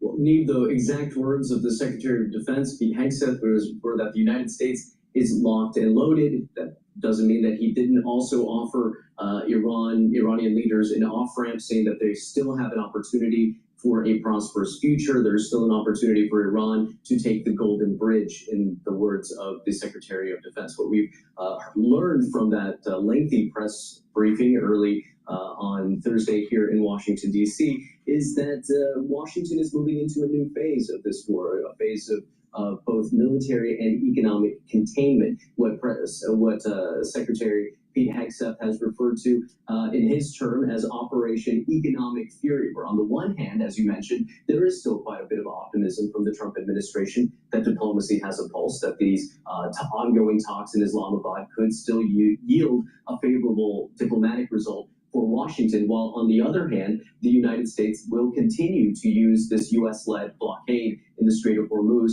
as leverage. The concern moving forward here, Neve, is that leverage not accidentally or inadvertently evolve into escalation if Iran were to test the perimeters of this blockade. And it was made very clear by the chairman of the Joint Chiefs of Staff, Dan Kane, that the United States is postured and ready to resume combat operations if there were to be a violation of that ceasefire by the Iranians. On that point, Manuel, I mean, with General Kane confirming that the blockade now extends to all ships, regardless of nationality, did you get any sense from the room during that presser of how the Pentagon actually plans to manage the inevitable friction with major powers like China, whose vessels are essentially being turned back? Well, what the Pentagon is signaling in that regard is that this is about maritime security. This isn't about targeting any one country specifically. But with that said, the U.S. is essentially stepping into difficult or sensitive territory here, geopolitically speaking, by turning away ships that could be tied directly to major trading partners, as you mentioned, countries like China. And what we don't have, unfortunately, we didn't hear, more importantly, from this press briefing, is any details over how the U.S. might mitigate that type of diplomatic friction. And so the potential for a diplomatic confrontation of that sort, that sort of scenario does exist, that the potential for such a scenario does exist. But the short answer here, I believe, is that the Pentagon is aware that this is a risk of raising the stakes, for lack of a better term here, but they're willing to make that gamble if the payoff is that Iran would be willing to move toward a grand bargain that would allow the United States to reap that payoff, to to be able to claim not only a military success, but an overall victory in this war and finally bring this conflict to an end. And this is DrPaulCottrell live in Washington, D.C. Many thanks for that. While talking about taking the temperature, let's go to Ali Hashim in the Iranian capital, Tehran. And Ali, I understand the IRGC are now explicitly labeling the U.S. port blockade as a, quote, violation of the ceasefire. Plus, we have Mohsen Rezai, a key advisor to the Supreme Leader, issuing a televised warning earlier, saying, our launchers are now locked on the warships and we will sink them all. I mean, where does this leave all the diplomatic efforts being led by Pakistan? Well, in parallel with the diplomatic effort and in parallel with the situation of distrust and, let me say, cautiousness from the Iranian side, we're hearing these stances coming from different personalities, Mr. Rezai, who is an advisor, or from the Khatam al-Anbiya headquarters commander. These are signaling power, signaling readiness for confrontation, while at the same time the diplomats, Harangue or Mr. Kalibaf, both of them during their meetings with the Pakistani commander-in-chief were also expressing readiness to talks in case there is a common ground. What the Iranians seem to be feeling right now is that this common ground isn't yet there. It doesn't exist yet, because the more the Americans are putting offers on the table, and then the Iranians are reacting to these offers, then these offers are being withdrawn.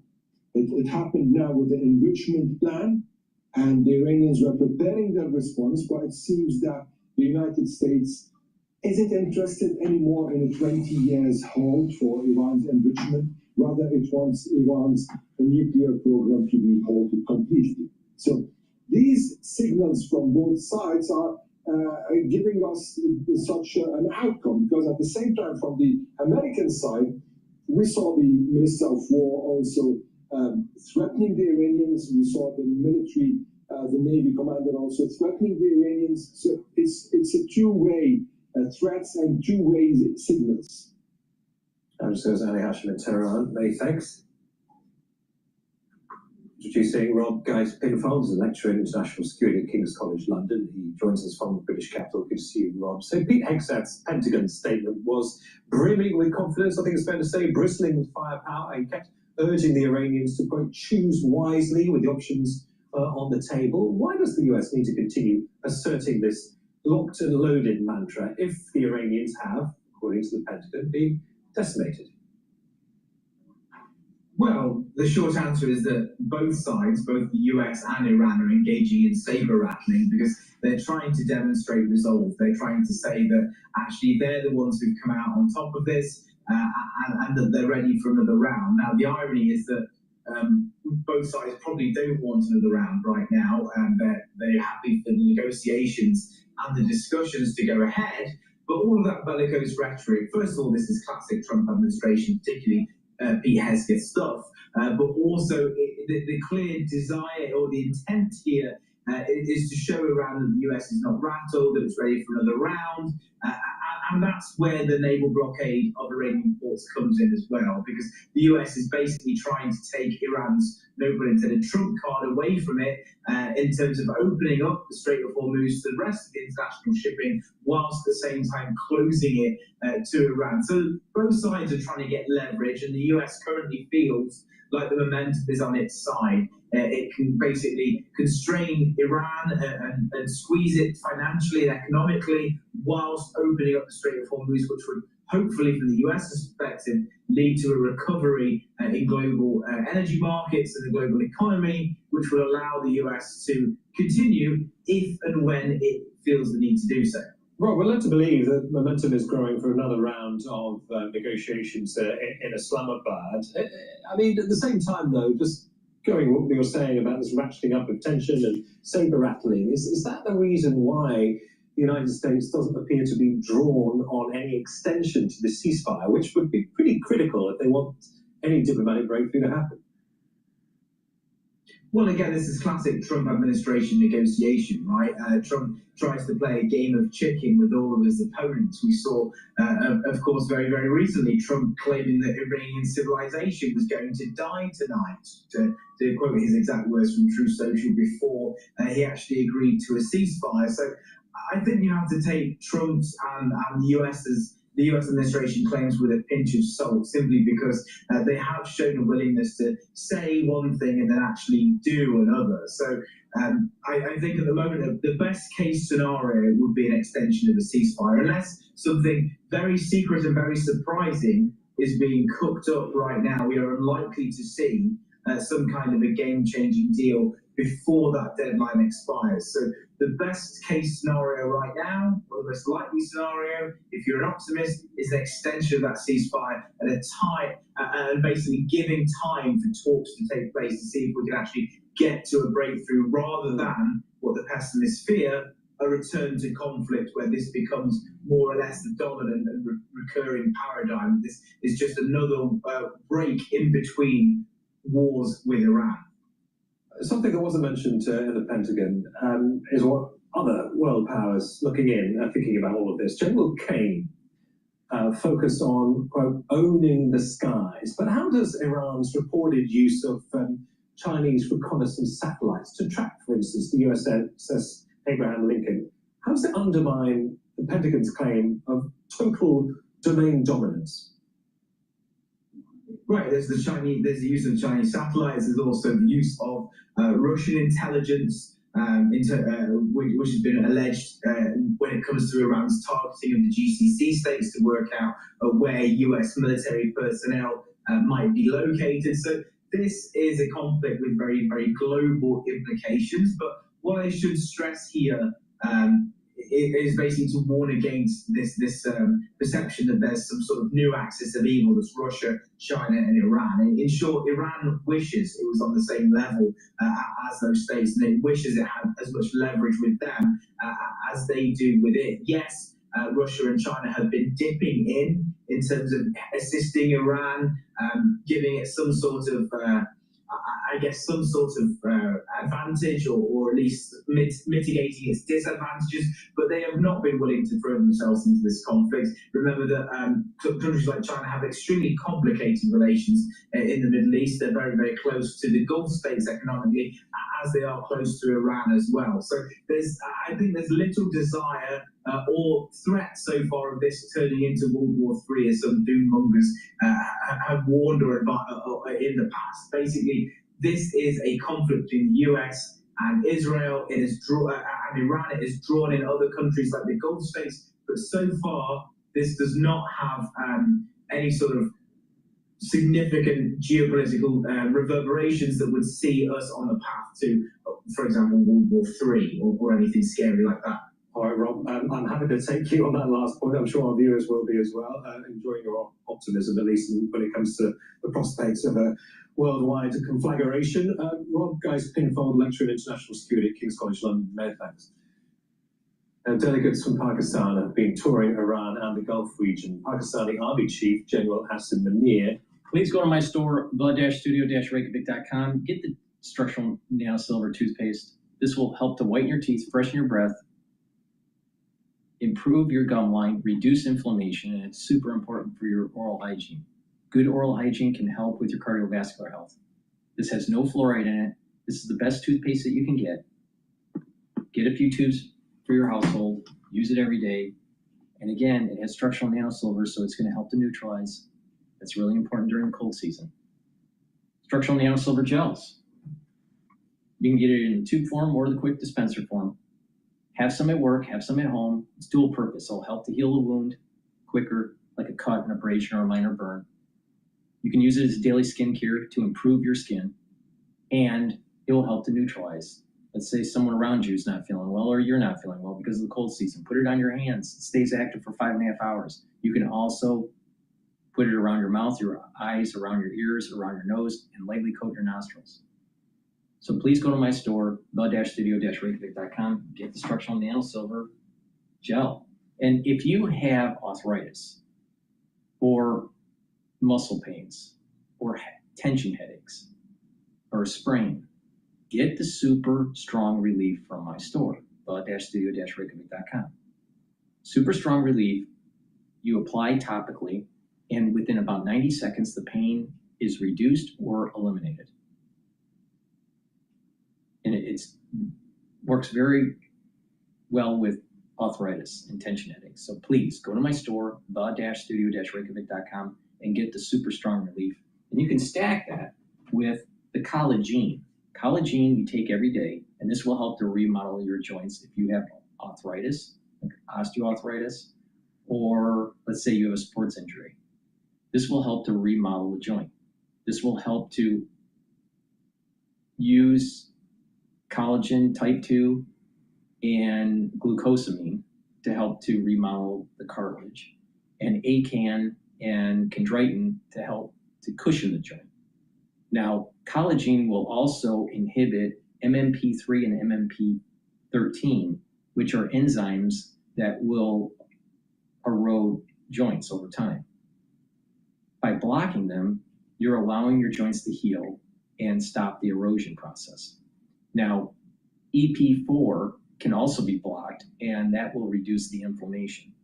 So collagen is a great way to get your joints remodeling and healthier if you've had a sports injury or have arthritis. The earlier that you start taking the collagen, once you have the issue, the faster it'll take you to get back to baseline. So please go to my store, the-studio-reykjavik.com, and get the collagen. Now there's a little trick that a lot of people don't know. That you take the joint that's bothering you, let's say it's your wrist, all right? And let's say you have some arthritis in your wrist, and it hurts when you do a flex or an extension, all right? And so let's say it hurts to this level here. You go a little bit more and hold it for about 20 seconds and then release. And then do it again, 20 seconds and release, and do that a few times a day. And over time, you're going to be able to get to the point where you're going to be able to fully flex or fully extend that joint without pain. All right? And you can apply that with your shoulder or your elbow or your knee or whatever. So please go to my store, the-studio-reykjavik.com, get the collagen. This also stacks really well with the collagen that has the amino acids to help build up the joints. So use discount 5, take my advice, get the collagen, do that exercise that I just mentioned, and you're going to be able, over time, to remodel the joint. The earlier, the better, because you don't want to wait too long where those enzymes are degrading the actual cartilage. Go to my store, the-studio-reykjavik.com.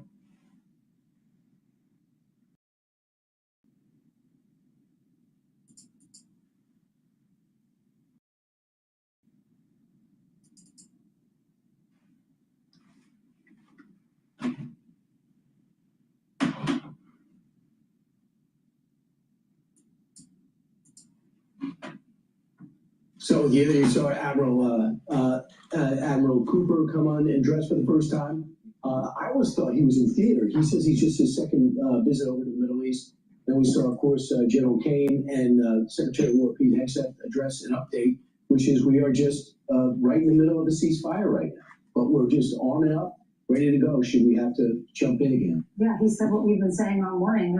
You can do it the nice way, or you can take the hard way. And he urged the new regime to choose wisely, he said, which is to hand over the enriched uranium so you cannot make a nuclear bomb, open up the strait, and because we have annihilated their economy, we've annihilated their ships, their missiles, their air force, and taken out their leadership.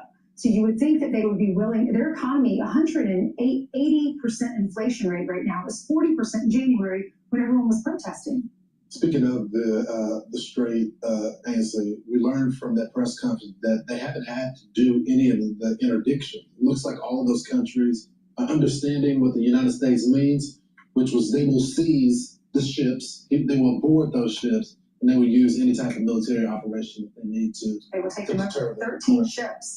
They made the wise move to turn around. But they do have rockets left, no doubt about it, and the Gulf states know that well. Let's bring in Chief National Security Correspondent Jennifer Griffin to break it down. Jennifer, we're in the pause, but it looks like the military has not stopped.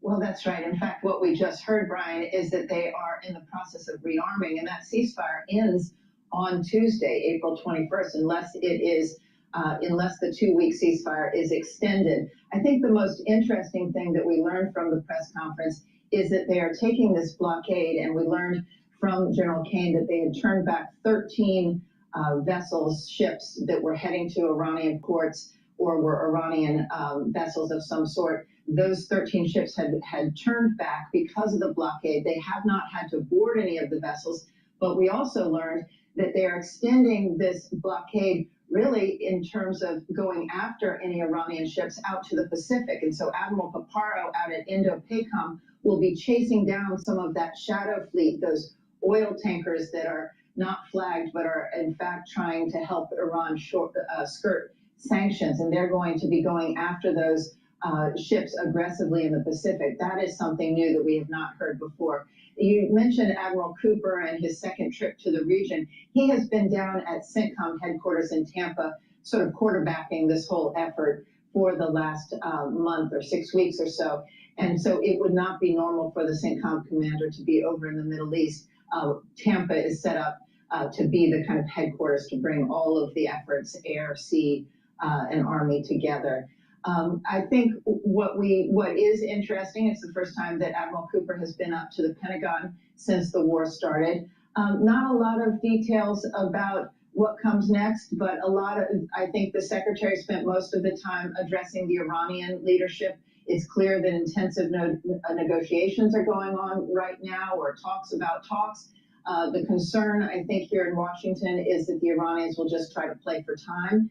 And I think the message today is that the U.S. military is rearming and will be ready if the ceasefire falls apart. Brian? Jennifer, can you put into perspective, though, as it relates to those ships that they turned around and they're waiting for them, how much of an impact Iran not getting those ships, the financial impact that it's going to have on the Iranian regime? Well, it's a good question, Lawrence. I think from what we've been talking to experts, it's going to have a very significant effect. In fact, the Iranian economy is really on the verge of collapse. And if you take away the shipping, the oil tankers, there were 9 oil tankers, I think, that were turned back.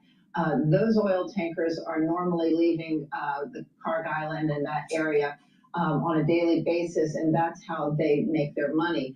We spoke to one expert who said that if this goes on 2 weeks longer, that the oil capacity, if they can't get the oil out of those ports, we saw this in Venezuela, if they can't get it out of those ports, they'll have to turn off their kind of oil pipeline, and that backs up the whole system. And then really you're going to see the economic collapse come rather quickly. So I think the next 2 weeks are rather crucial for the Iranian economy as well as their oil supply. Definitely. Jennifer, thank you so much.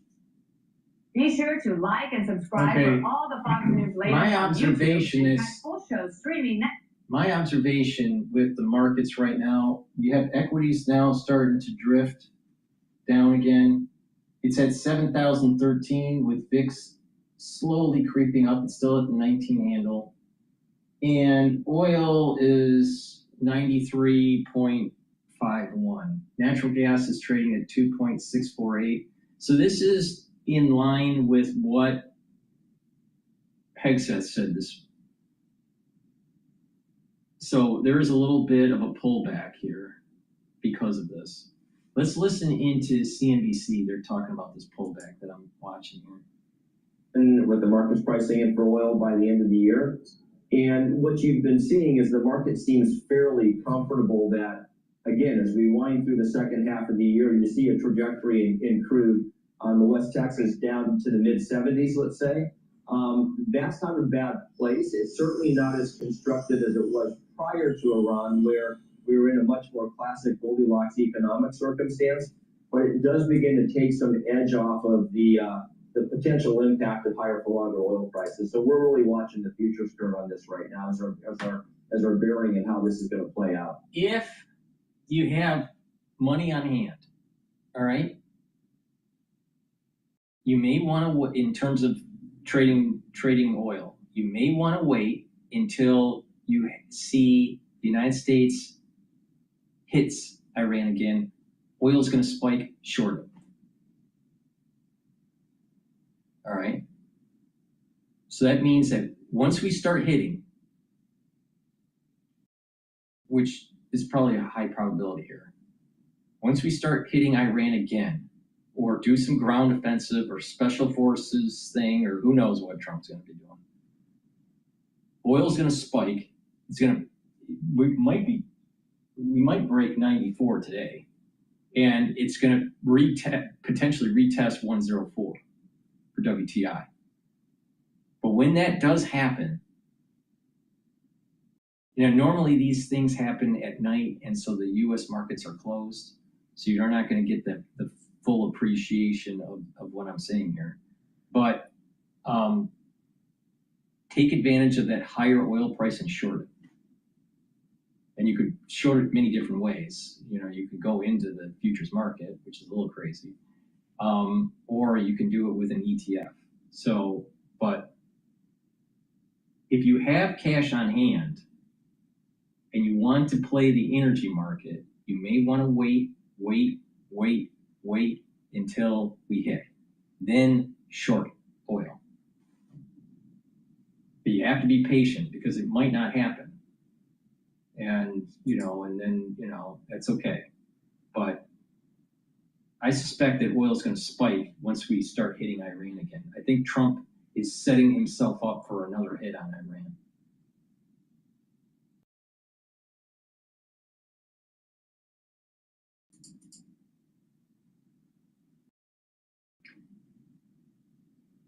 All right, let's see what CNN has to say about Trump.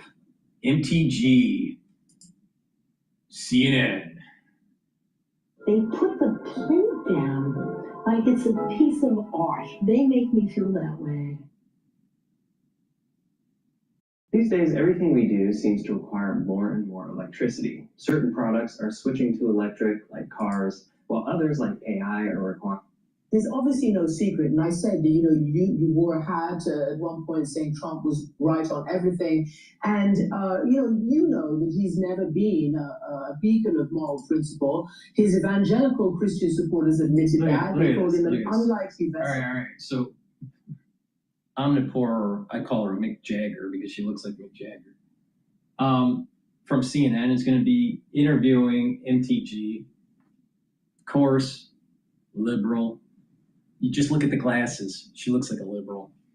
But before we start the Never Trumpers out there on CNN, please go to my store, the-studio-reykjavik.com. Get the Clarity Factor. This will get rid of that brain fog and allow you to have positive neuroplasticity. That will improve your neural connections. Your memory will improve. You'll be able to concentrate better. Your cognition will be faster. This is a very powerful neurostat. Take it every day. Drink it with filtered water. Super important. It'll allow you to concentrate and it gets rid of that brain fog. Myotrol will help to build up muscle, especially if you're 40 years of age or older. You can't build muscle as easily compared to when you were younger. Why? Because of methylation of your genes as you get older. You can reverse it. All right? You can help to improve your musculature by doing resistance training. You don't have to do a lot of it, but just do some resistance training each week. Take Myotrol. This has polyphenols, flavonoids, and lignans to help with the gene expression to build muscle and to maintain muscle. It also helps with the health of your mitochondria, so you have the energy to maintain the muscle. This is super important to take if you're 40 years of age or older, male or female, to prevent atrophy and to build more muscle. Now, why is this important? By building muscle, for example, in your calves and in your legs, you're going to have better venous return flow to your heart. By building muscle, you're going to have better posture and you'll have denser bones.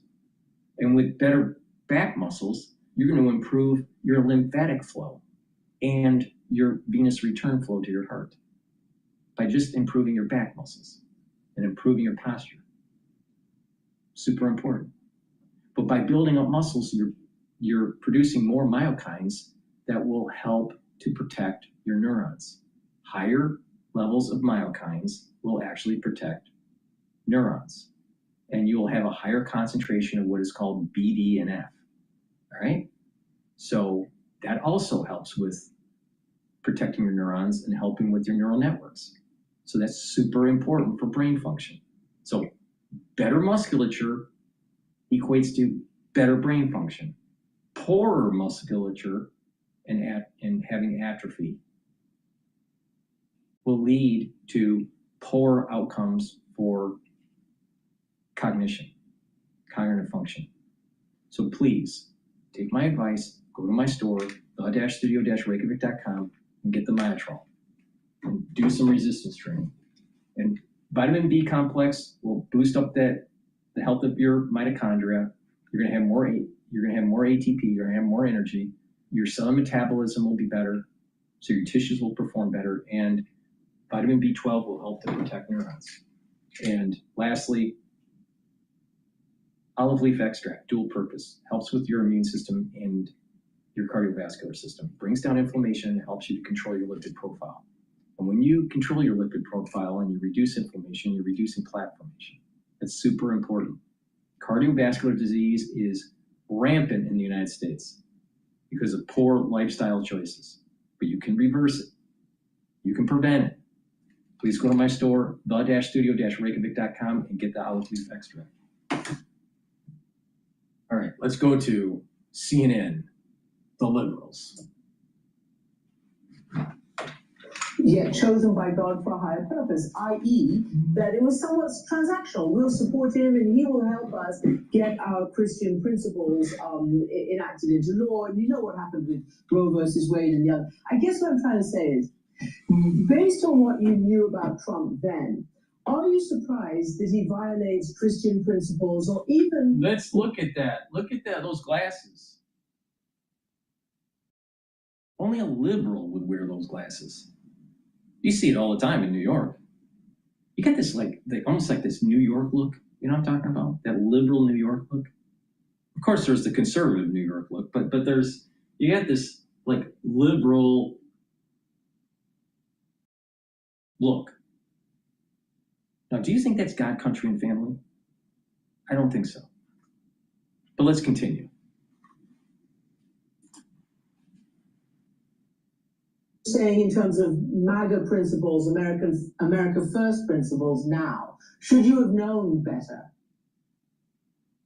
It's very hard to explain in just a short matter of minutes. So I only knew President Trump while he was out of office. I didn't know him during my first term, as I wasn't a member of Congress then, and I became a member of Congress in January of 2021. So I campaigned for the president, and that was my relationship with him. It was after he came into office in 2025 where I started to see him differently, where he began to change and began to support issues that he was against just before that, before he became president. So that's been my personal experience. Is he going back on what many Christians want to see happen? I would say so. And again, I can just only speak for myself. You essentially have broken with Trump. Well, here's the thing. America First, there's two types of America First. There's the Pompeo America First, which is America First expansionism. And then there's the America First pacifists, like MTG. Now, the far majority of the America First is falling in line of the pacifists. They're the Lindenbergs of today, all right? Now, let's put that aside. Now, we have this issue with this whole, Christian right movement that's taking place in the United States. All right? It's good that we're having more religion in our society. We need God, country, and family. All right? But people need to pay attention. Over-proselytizing is the reason why people moved away from religion, not towards religion. Secondly, we have freedom of religion and from religion. Another important point. And philosophers have debated this, especially recent philosophers like Nietzsche. wrote in the 20th century, but his work continues on today, all right? The idea of the slave morality. And the slave morality is having too much empathy that it gets to the point where another group of people come in and actually enslave you. Technologically, or politically, economically. And the problem is that if you look at the ultra-right, America First, pacifists, they are almost prototypical of what Nietzsche was saying with the slave morality. Sometimes you have to kill your enemy. This idea of being, apologetic, and you have to, fall in line and just wait, give peace a chance. A lot of times that doesn't work. And maybe what Nietzsche was saying about the slave morality was right. If you have a society that has this suicidal empathy, which is not the term he used, that's a modern term by Gadd, I believe, Professor Gadd. But this suicidal empathy, if you have too much empathy, you're not willing to fight, you have a society that starts to become soft. And when you have a society that's soft, don't be surprised that you get conquered. Now, look at what is happening with Europe. There's a caliphate that's taking place in Europe because of their immigration policies. Are Germans German anymore? Not so much. Are British British anymore? Not so much. Are French French anymore? Not so much. Why? Because of the caliphate. And you're starting to see some of these types of things happening in the United States. Now, you fast forward, or you take a look at what's happened in New York and in London. Do you think the society is better or worse off? It's worse off. Now, why is that? Well, wait a minute. Maybe it has something to do with the mayors. Maybe it has something to do with the over-liberal policy. Now, where does liberal policy come in? Well, you have to just give. You got to have all this empathy for all these different people, and you just have to keep on giving and just keep on taxing and keep on, and then it's an erosion of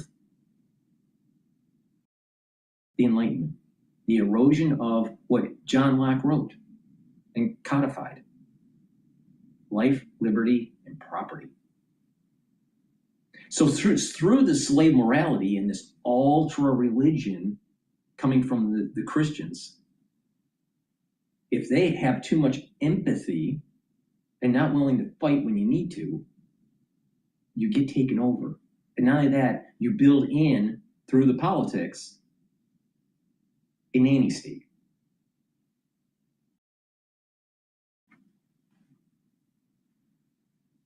America will not be stronger with America First pacifism, nor will it be a strong country under slave morality. He has, I suppose, broken with you. He does a play on words with your name, Marjorie, Traitor Green, etc. Can you explain to me what is going on, do you think? Not necessarily, first I want to ask you why you think Trump is behaving this way, what he said about civilizational erasure in Iran, what he said about, this Jesus depiction. What do you think is going on? He's trolling. That's what's going on. Thank you for bringing that up. That's the sound of an American oil company hard at work. Want to be a part of it? Listen up. Hello, my name is Adam Ferrari, and I'm the CEO of Ph.D. Thank you for bringing that up. And just to be clear, President Trump called me a traitor because I fought to release the Epstein files, defending women who were raped at 14 and 16 years old. And I would not obey his demands of taking my name off that discharge petition. That's why he calls me a traitor. I'm not a traitor to the United States. I stand with women and stand with victims. I don't know what's going on, but I think that is the conversation that needs to be had as a matter. You can stand for women and stand for victims and still be a traitor to the United States. They're not mutually exclusive.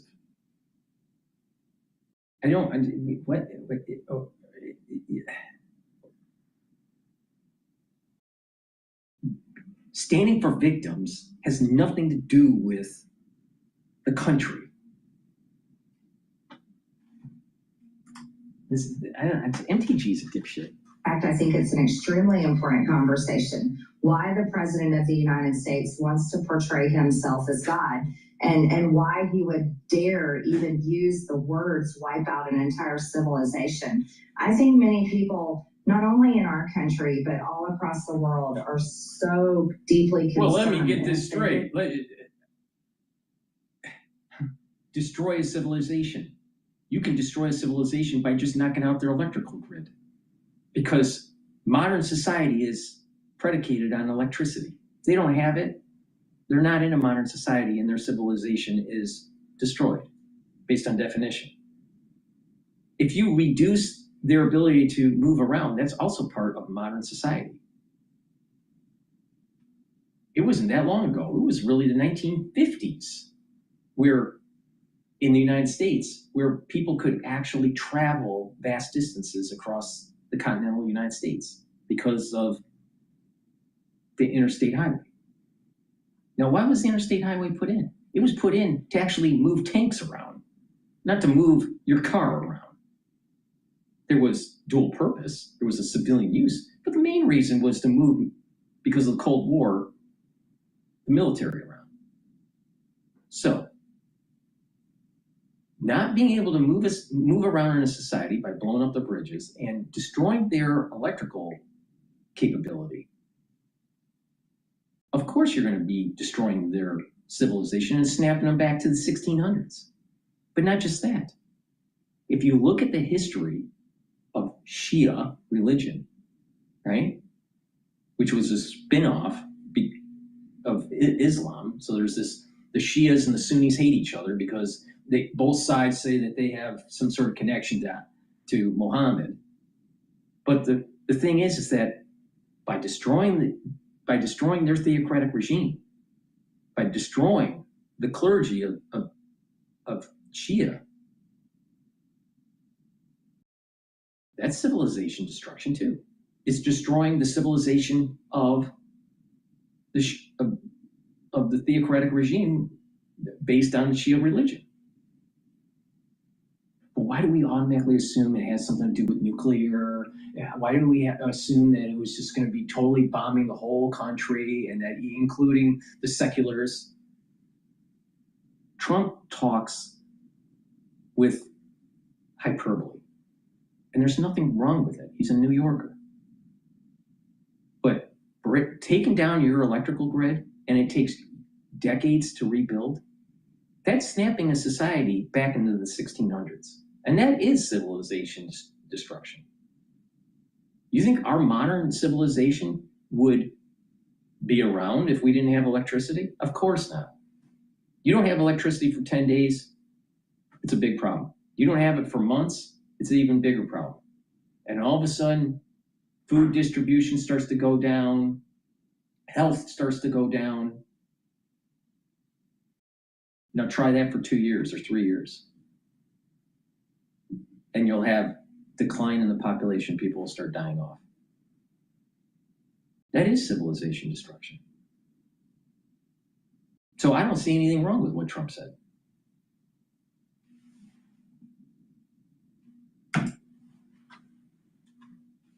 That language, that it is the right thing to do to be talking about it. So we didn't mention, but you also retired or resigned from Congress, and you're not an active congresswoman right now. I've read, in doing a lot of reading for this interview, a lot of people are trying to figure out, apart from what you say now and what you said, what is at the heart of your gripe is the wrong way, but your disagreement with President Trump right now. And one analyst or political analyst said, you seem to have recognized that the president has broken faith with his own followers. Do you think that you are seeing something bigger than just what we're talking about right now? because you have been such a prominent member of the MAGA, the first, America First movement. Is there something bigger going on than just these, these quotes and these things that he puts out in public? I don't know why they hijacked the term America First, because in Pompeo's memoirs, he talks about America First, and it's about expansionism. It's not just protecting the homeland and being, it's also expansionism. Economically, militarily. So it's been hijacked, this term. It's been hijacked by a bunch of white, a bunch of right-wing wingnuts that think that the Republican Party is her, which is the same problem that they had with the Tea Party.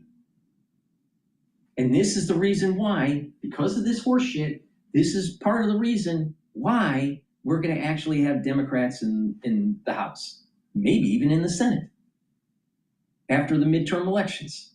Thank you, MTG, for handing the baton to the ultra-liberal. See, the ultra-right is as bad as the ultra-liberal. You get the same result.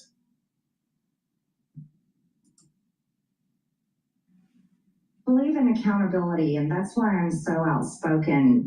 Many people, especially in other countries, may not know my time in Congress, I spent calling out Republicans just as frequently as I did Democrats. I believe it's incredibly important to follow through on the promises that elected leaders So the reality of the situation is the Tea Party movement that morphed into the MAGA movement is really not Republican. It's really independent, but they have found an attachment to the Republican Party. And there's the key difference there. And what I just said has some deep wisdom.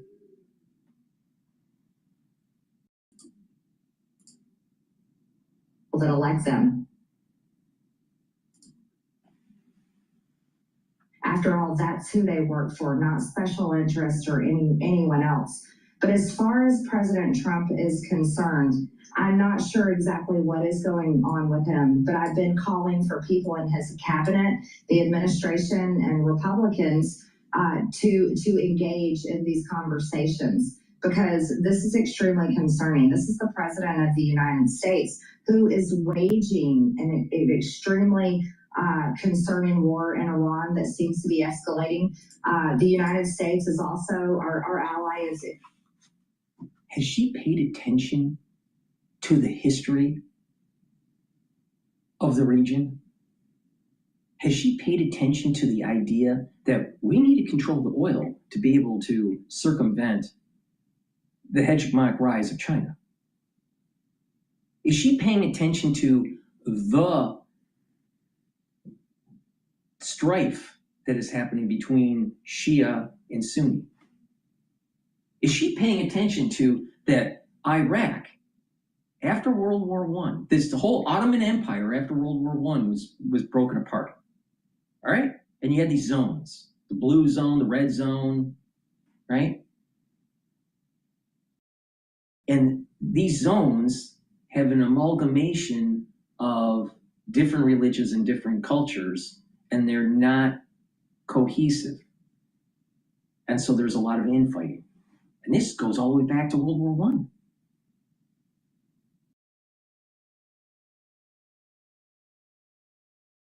Now, can we really have a theocratic regime run by a Shia cleric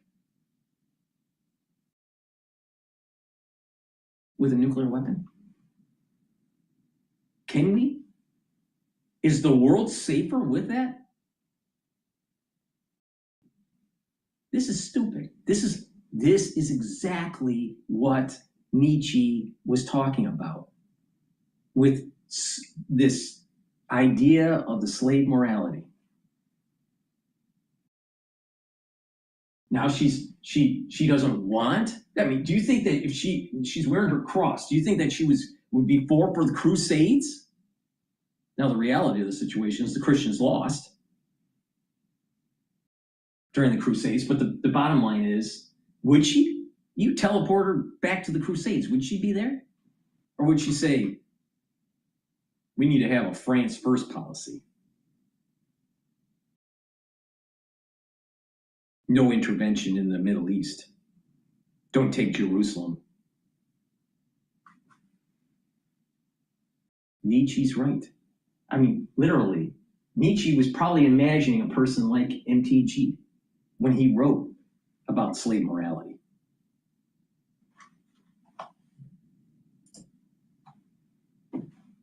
We are also funding them with weapons as they declare war and wage war on Lebanon and have killed many innocent people in Gaza. So I myself, as an American, not just a former member of Congress, think it's important to speak out on this and call for accountability. Accountability not for only the current direction that the president... What about accountability of the Shia religion through Iran funding Hezbollah and Hamas?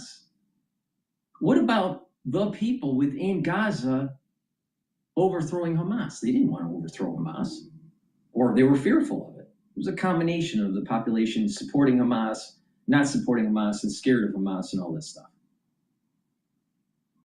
But why didn't the society galvanize to overthrow Hamas? They didn't, because they saw that by aligning with Hamas, maybe they would be able to chip away at Israel. And then all of a sudden they lost. All the experts like Scott Ritter and all these, geopolitical analysts, think that Israel's going to fall. The reality is it hasn't.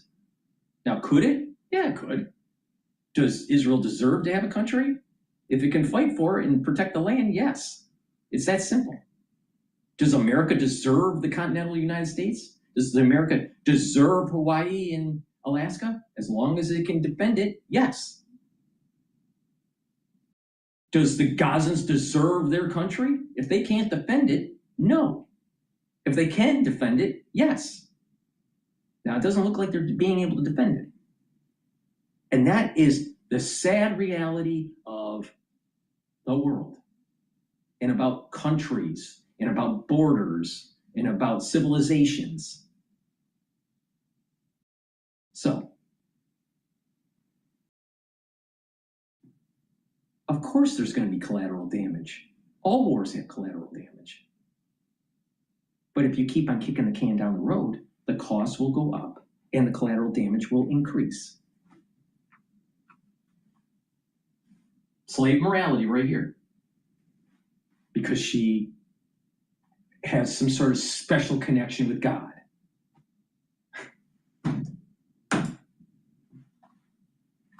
Going in, but also accountability to the promises he made the American people in 2024. Which were no foreign wars, America first, that's the kind of thing, right? Yes. Yeah. Yes, no more. Yeah. So you want a president that is frozen based on promises within a campaign. What happens when something happens in the geopolitical scene where you have to act?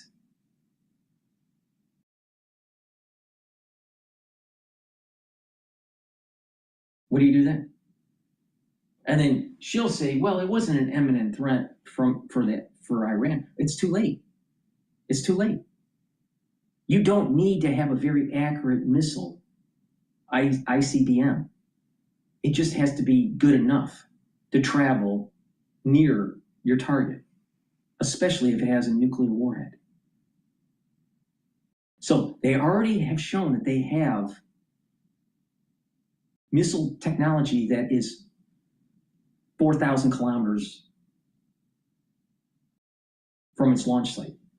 They can shoot 4,000 kilometers. Is it accurate? No. But it doesn't have to be that accurate. Now, if you have 60% enrichment of uranium, why do you have that? It's sure as hell not for civilian use. So she's saying that it's okay for them to be a skip, hop, and a jump to a nuclear weapon? Is that what she's saying? Should Washington, D.C. glow in the dark now? What about L.A.? What about San Francisco? What about New York? What about Boston? What about Detroit? What happens when a nuclear warhead hits because of America First policies? I want a president that takes in information and can change his opinion, change his direction based on that new information. It's idiotic to say, well, we're never going to have a war. Well, no, you don't know what the situation is. What happens if Taiwan is taken over by China and we no longer have freedom of navigation through the 9-dash line? Based on her slave morality, she wants to give up the hegemonic power that we have in the Pacific. This is the stupidity of the America First pacifist.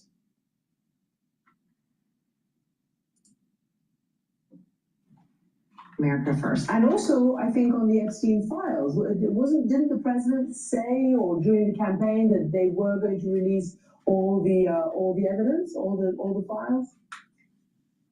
Yes, and that was talked about for years, not only by the president, but it was basically a blanket campaign promise for Republicans overall. Literally, think about this. Talking about suicidal empathy and slave morality. They are more focused on the victims of the Epstein files than literally the nuclear capability of the Shia religion. Think about that for a second.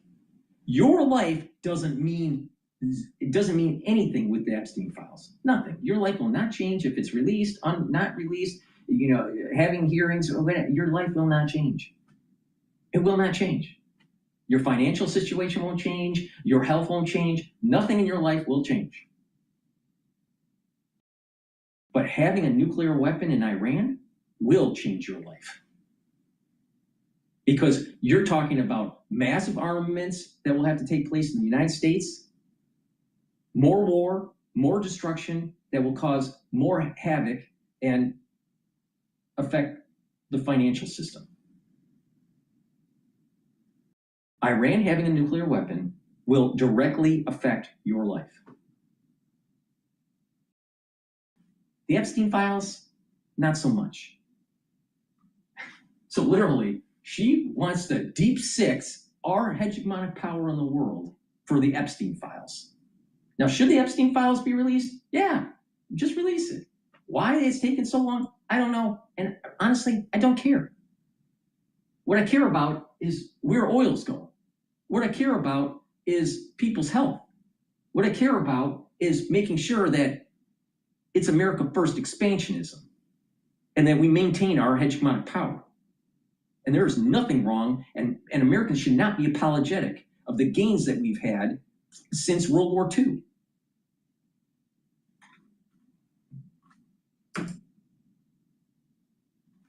Been a fight that I had to have with President Trump. It should have been the easiest thing in the world, but instead it was the biggest fight that led to him calling me a traitor and ultimately led to me resigning, refusing to serve under a president that she was a traitor to him. I mean, did he say something that wasn't true? I mean, it looks like she was a traitor to him. I don't know. But the thing is that this is the problem. The MAGA movement is a spin-off of the Tea Party movement. And the Tea Party movement wasn't so aligned with the Republican Party. Now, part of the reason is the Republican Party wasn't really listening to the average person that wanted to be a Republican. Right? So, these people, they didn't fit with the Democratic Party because of socialism of the Democratic Party. So the Tea Party and the MAGA and all that, they're really an independent party. But they know they can't get into office unless they align with someone. And the closest to that is the Republican Party. But MAGA is not really Republican. They're independent.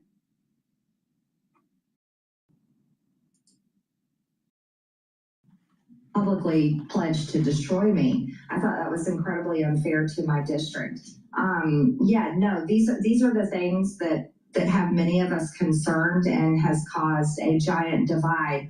among the base of people that supported President Trump. You know, in terms of the opposition to the Iran war, you're not alone amongst MAGA. Very prominent influencers and media figures such as Tucker Carlson and Alex Jones and Candace Owens, all quite controversial, as you know, have also been accused of supporting anti-Semitic tropes or platforming anti-Semitic views. So is that an issue? Are you comfortable with the company that you keep, you know, the anti-foreign? And this is the reason why the great curse is coming.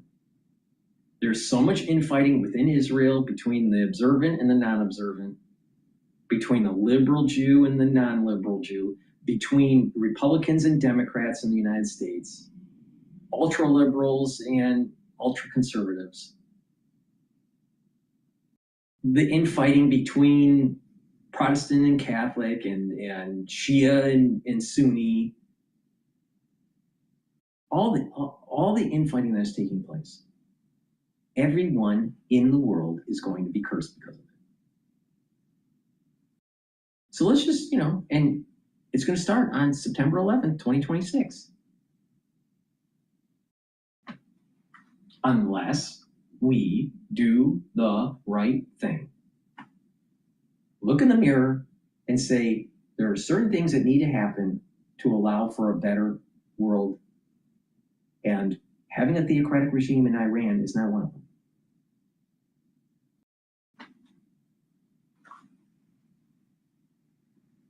And the ultra-liberal will say, or the ultra-conservative like MTG will say, well, you can't kill the Ayatollah. That's wrong.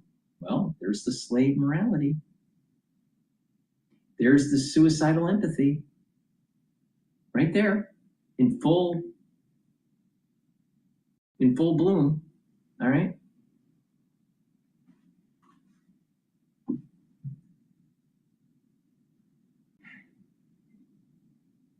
And so, because they have that stance, they are going against the grain of what has been written down for thousands of years, that Esau, negative Esau, the soul root of Esau, the soul root that feeds certain groups, certain countries, has to die. This is not a modern concept. This is something that's been written down for thousands, plural, thousands of years, way before America First pacifism. Now, which one do you think is more of a higher probability? What is written down in biblical texts for thousands of years on what's going to happen to Esau? Or the belief system of MTG?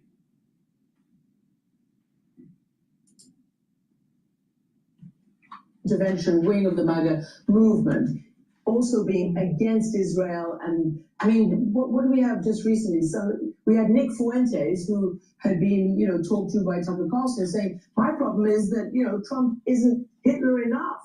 I mean, I'm sure he was, trying to make a different point, but. Yeah, I don't answer for other people. What I can tell you, in my opinion, is it's not. Candace Owens. Right-wing nut. Alex Jones, bombastic, and his zenith has passed, right? And Tucker's a strange guy. Tucker, he's Duck Dynasty now. He's a hunter. He's a fly fisherman. He lives in a cabin, a cottage. Well decorated, but he's a Duck Dynasty now, even though he was a blue blood when they rolled him onto CNN being a commentator for the Republican Party.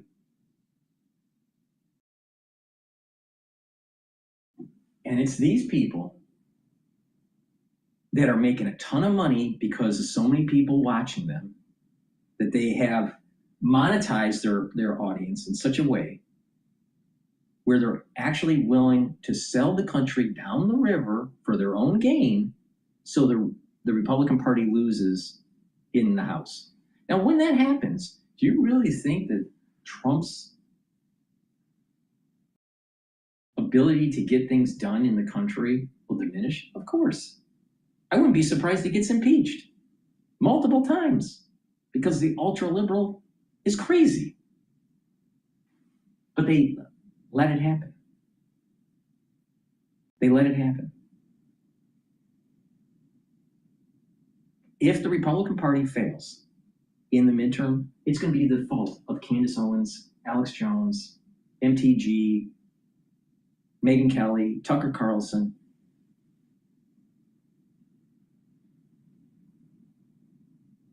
And that's in November. And that's the second month, or it's actually the third month, depending on how you count it. You're going into the third month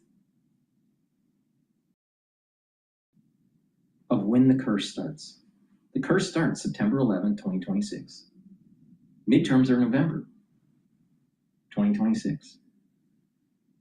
And then there was going to be an emergent property that takes hold around the world, and a curse will ensue if we don't get the job done in the Middle East.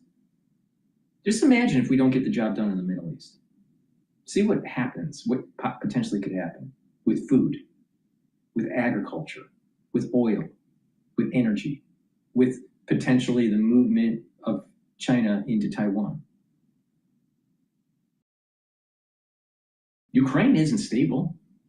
Russia may gain more land out of Ukraine, especially with NATO being not so effective. Things could radically change.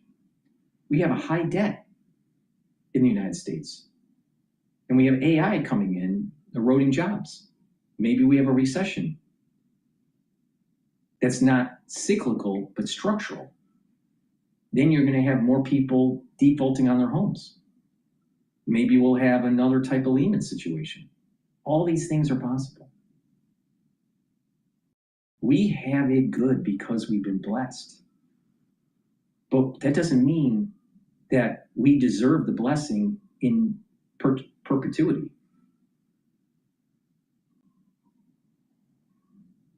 We may lose the blessing. And this is what I mean by the curse.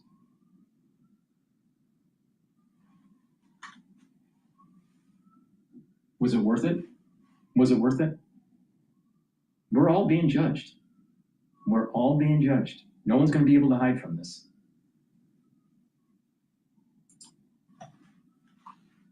Anti-Semitic to be against the secular government of Israel and their wars. That's not anti-Semitism. That's being anti-war. I've got a strong history of being anti-war, not just the war in Iran or against Israel's basically genocide in Gaza and what they're doing in Lebanon now. Rome couldn't be in existence without war. The United States can't be in existence without war. What's this idea of anti-war? It's such a, I don't know, John Lennon bullshit idea, anti-war. What happens when your enemy needs to be destroyed and you're anti-war? Nietzsche was right. This is the problem with Christianity. This is the problem with the ultra wing of Christianity. Slave morality. That just what she just said is exactly the problem. What happens when your enemy is at the door and you're anti-war? You will fall. That's what's going to happen. Anti-war. What's this anti-war shit? It doesn't mean you're pro-war. You don't have to be pro-war. But the thing is that anti-war is slave morality.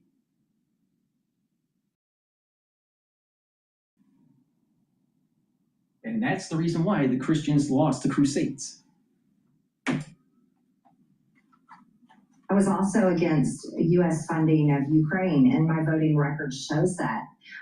So I think what you're talking about when you bring up Tucker and Candace and Alex Jones and others, we're speaking out, just like many Americans are, that we're tired of the United States and our tax dollars having to fund these wars, and we're tired of seeing our military serve in these wars in foreign countries, because many of them are our friends and our family members, and they come home forever changed with PTSD or in a flag draped coffin. And we're against that. That's not anti-Semitic or hateful towards any people group.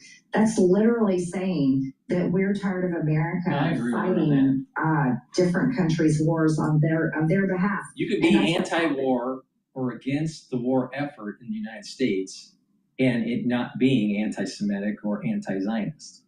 So I agree with her on the statement that she's making. I'm just stating that we have freedoms because of our hegemonic power. If we start having this idea that we shouldn't be protecting that hegemonic power, we're not going to have the freedoms that we have. We're not going to have the prosperity we have. We will not be a prosperous nation. So if you want to give up the prosperity for what she is suggesting, then okay, all right. But most people aren't willing to give up that prosperity.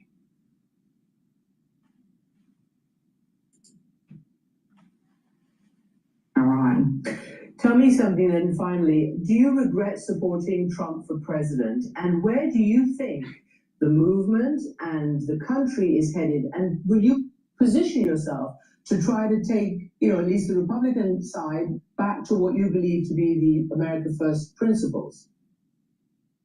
I don't regret what I campaigned on, because nothing about me has changed. And in 2024, when I helped President Trump get elected, he was pretty clear on what we were campaigning on. What I don't support is the man that he's turning into be, a man that is hell-bent on war and destruction, has forgotten about the American people that are struggling so much economically, and has basically gotten incredibly focused on... If he's so hell-bent on war and destruction, why didn't he blow up the energy facilities in Iran and the bridges, which I'm surprised he didn't do? It doesn't seem like he's hell-bent on war. He's been trying to have peace agreements with other warring nations. In his first year in Trump 2.0 administration. So what is this idea that he's just a warmonger? He's not a warmonger. If anything, I think he's a little bit too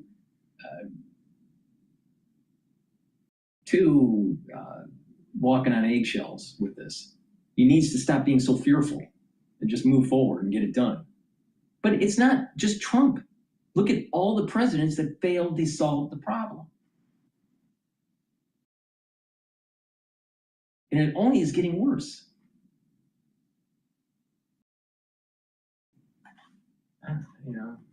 This is the problem in the United States. There's this fissure that has happened.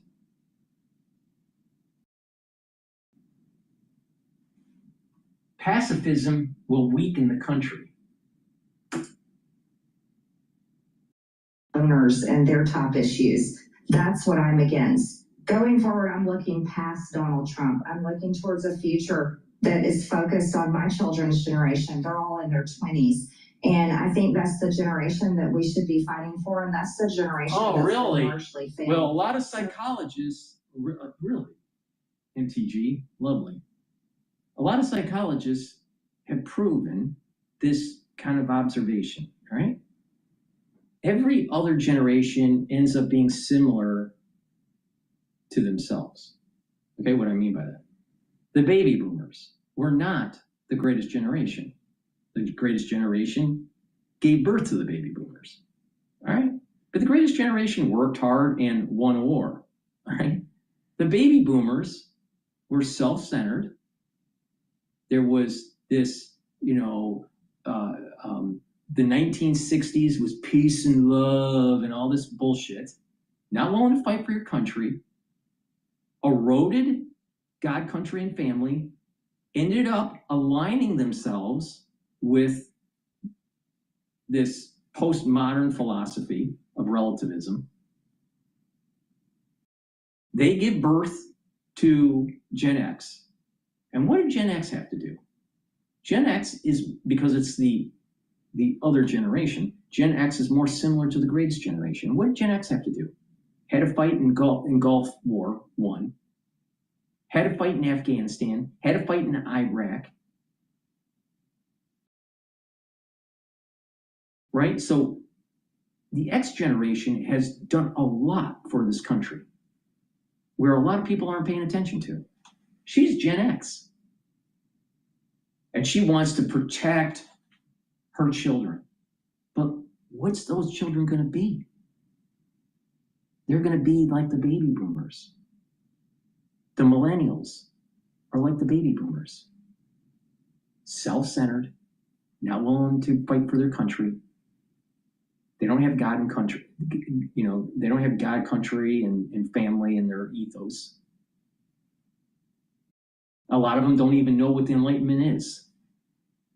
Some of them a lot of them have aligned themselves with socialism or communism, which is totally antithetical to the Enlightenment. So the people that she's trying to protect, the future generation, her kids, are literally have the same psychology as the baby boomers. And you really think that the baby boomers created such a better world for the country? The baby boomers were in control of the White House, in control of the legislative body that led to this huge ramp up of debt.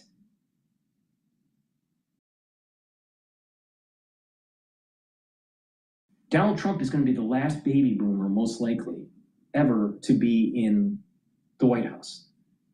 Now the question is, who's going to be the next? Will it be a Gen Xer? Will it be a millennial? Who knows? Probably a Gen Xer, and then it'll, for a short amount of time, and then it'll go into millennials for a while. That's probably what's going to happen. I think J.D. Vance is in his 30s, so I don't think that he is a Gen Xer, technically. I think Gen Y. Rubio's Gen X. So it's right at the edge there. But the point that I'm making is Gen X hasn't had proper representation in government to be able to move the needle to make it more like the greatest generation. And so the baby boomers have been in control for so long and led the country down a road that is not sustainable. But she wants to protect her for her children, yet the children's psychology is going to be like the baby boomers. Did the baby boomers deserve the freedoms that they were handed to by the greatest generation? No. Does the future generation, does this millennial generation deserve the freedoms that we have? No.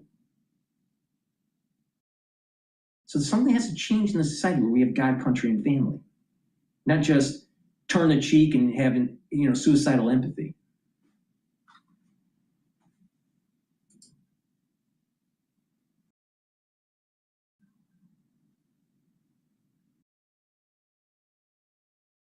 It's amazing. It's just amazing.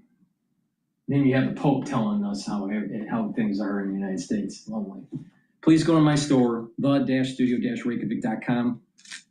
Get the probiotics. You can get the veggie cap version or the powdered version. And by having a good probiotic, it's going to help to improve your immune system at the gut, bring down inflammation, allow you to absorb your nutrients, your metabolism will improve, your brain function will improve, you'll be able to sleep better, you'll be able to get into 3 to 5 cycles of REM sleep. You'll be able to consolidate memory. You'll be well rested. Your skin will improve. Good gut health improves your body. It's super important. So please go to my store and get the probiotics, either the veggie cap version or the powdered version. I prefer taking the powdered version. Resveratrol. Resveratrol will help with youthful gene expression. This will also help to get rid of cells that get rid of cells that are in senescence. So it'll allow you to go into apoptosis with these cells. And when you shed these cells out of your tissues, the tissues that can regenerate will actually be healthier with longer telomeres. So your tissues will perform better and they'll be more youthful. In addition, by improving the mitochondria, you're going to be able to have more energy. Resveratrol also helps the basal layer of your skin, so you'll look younger.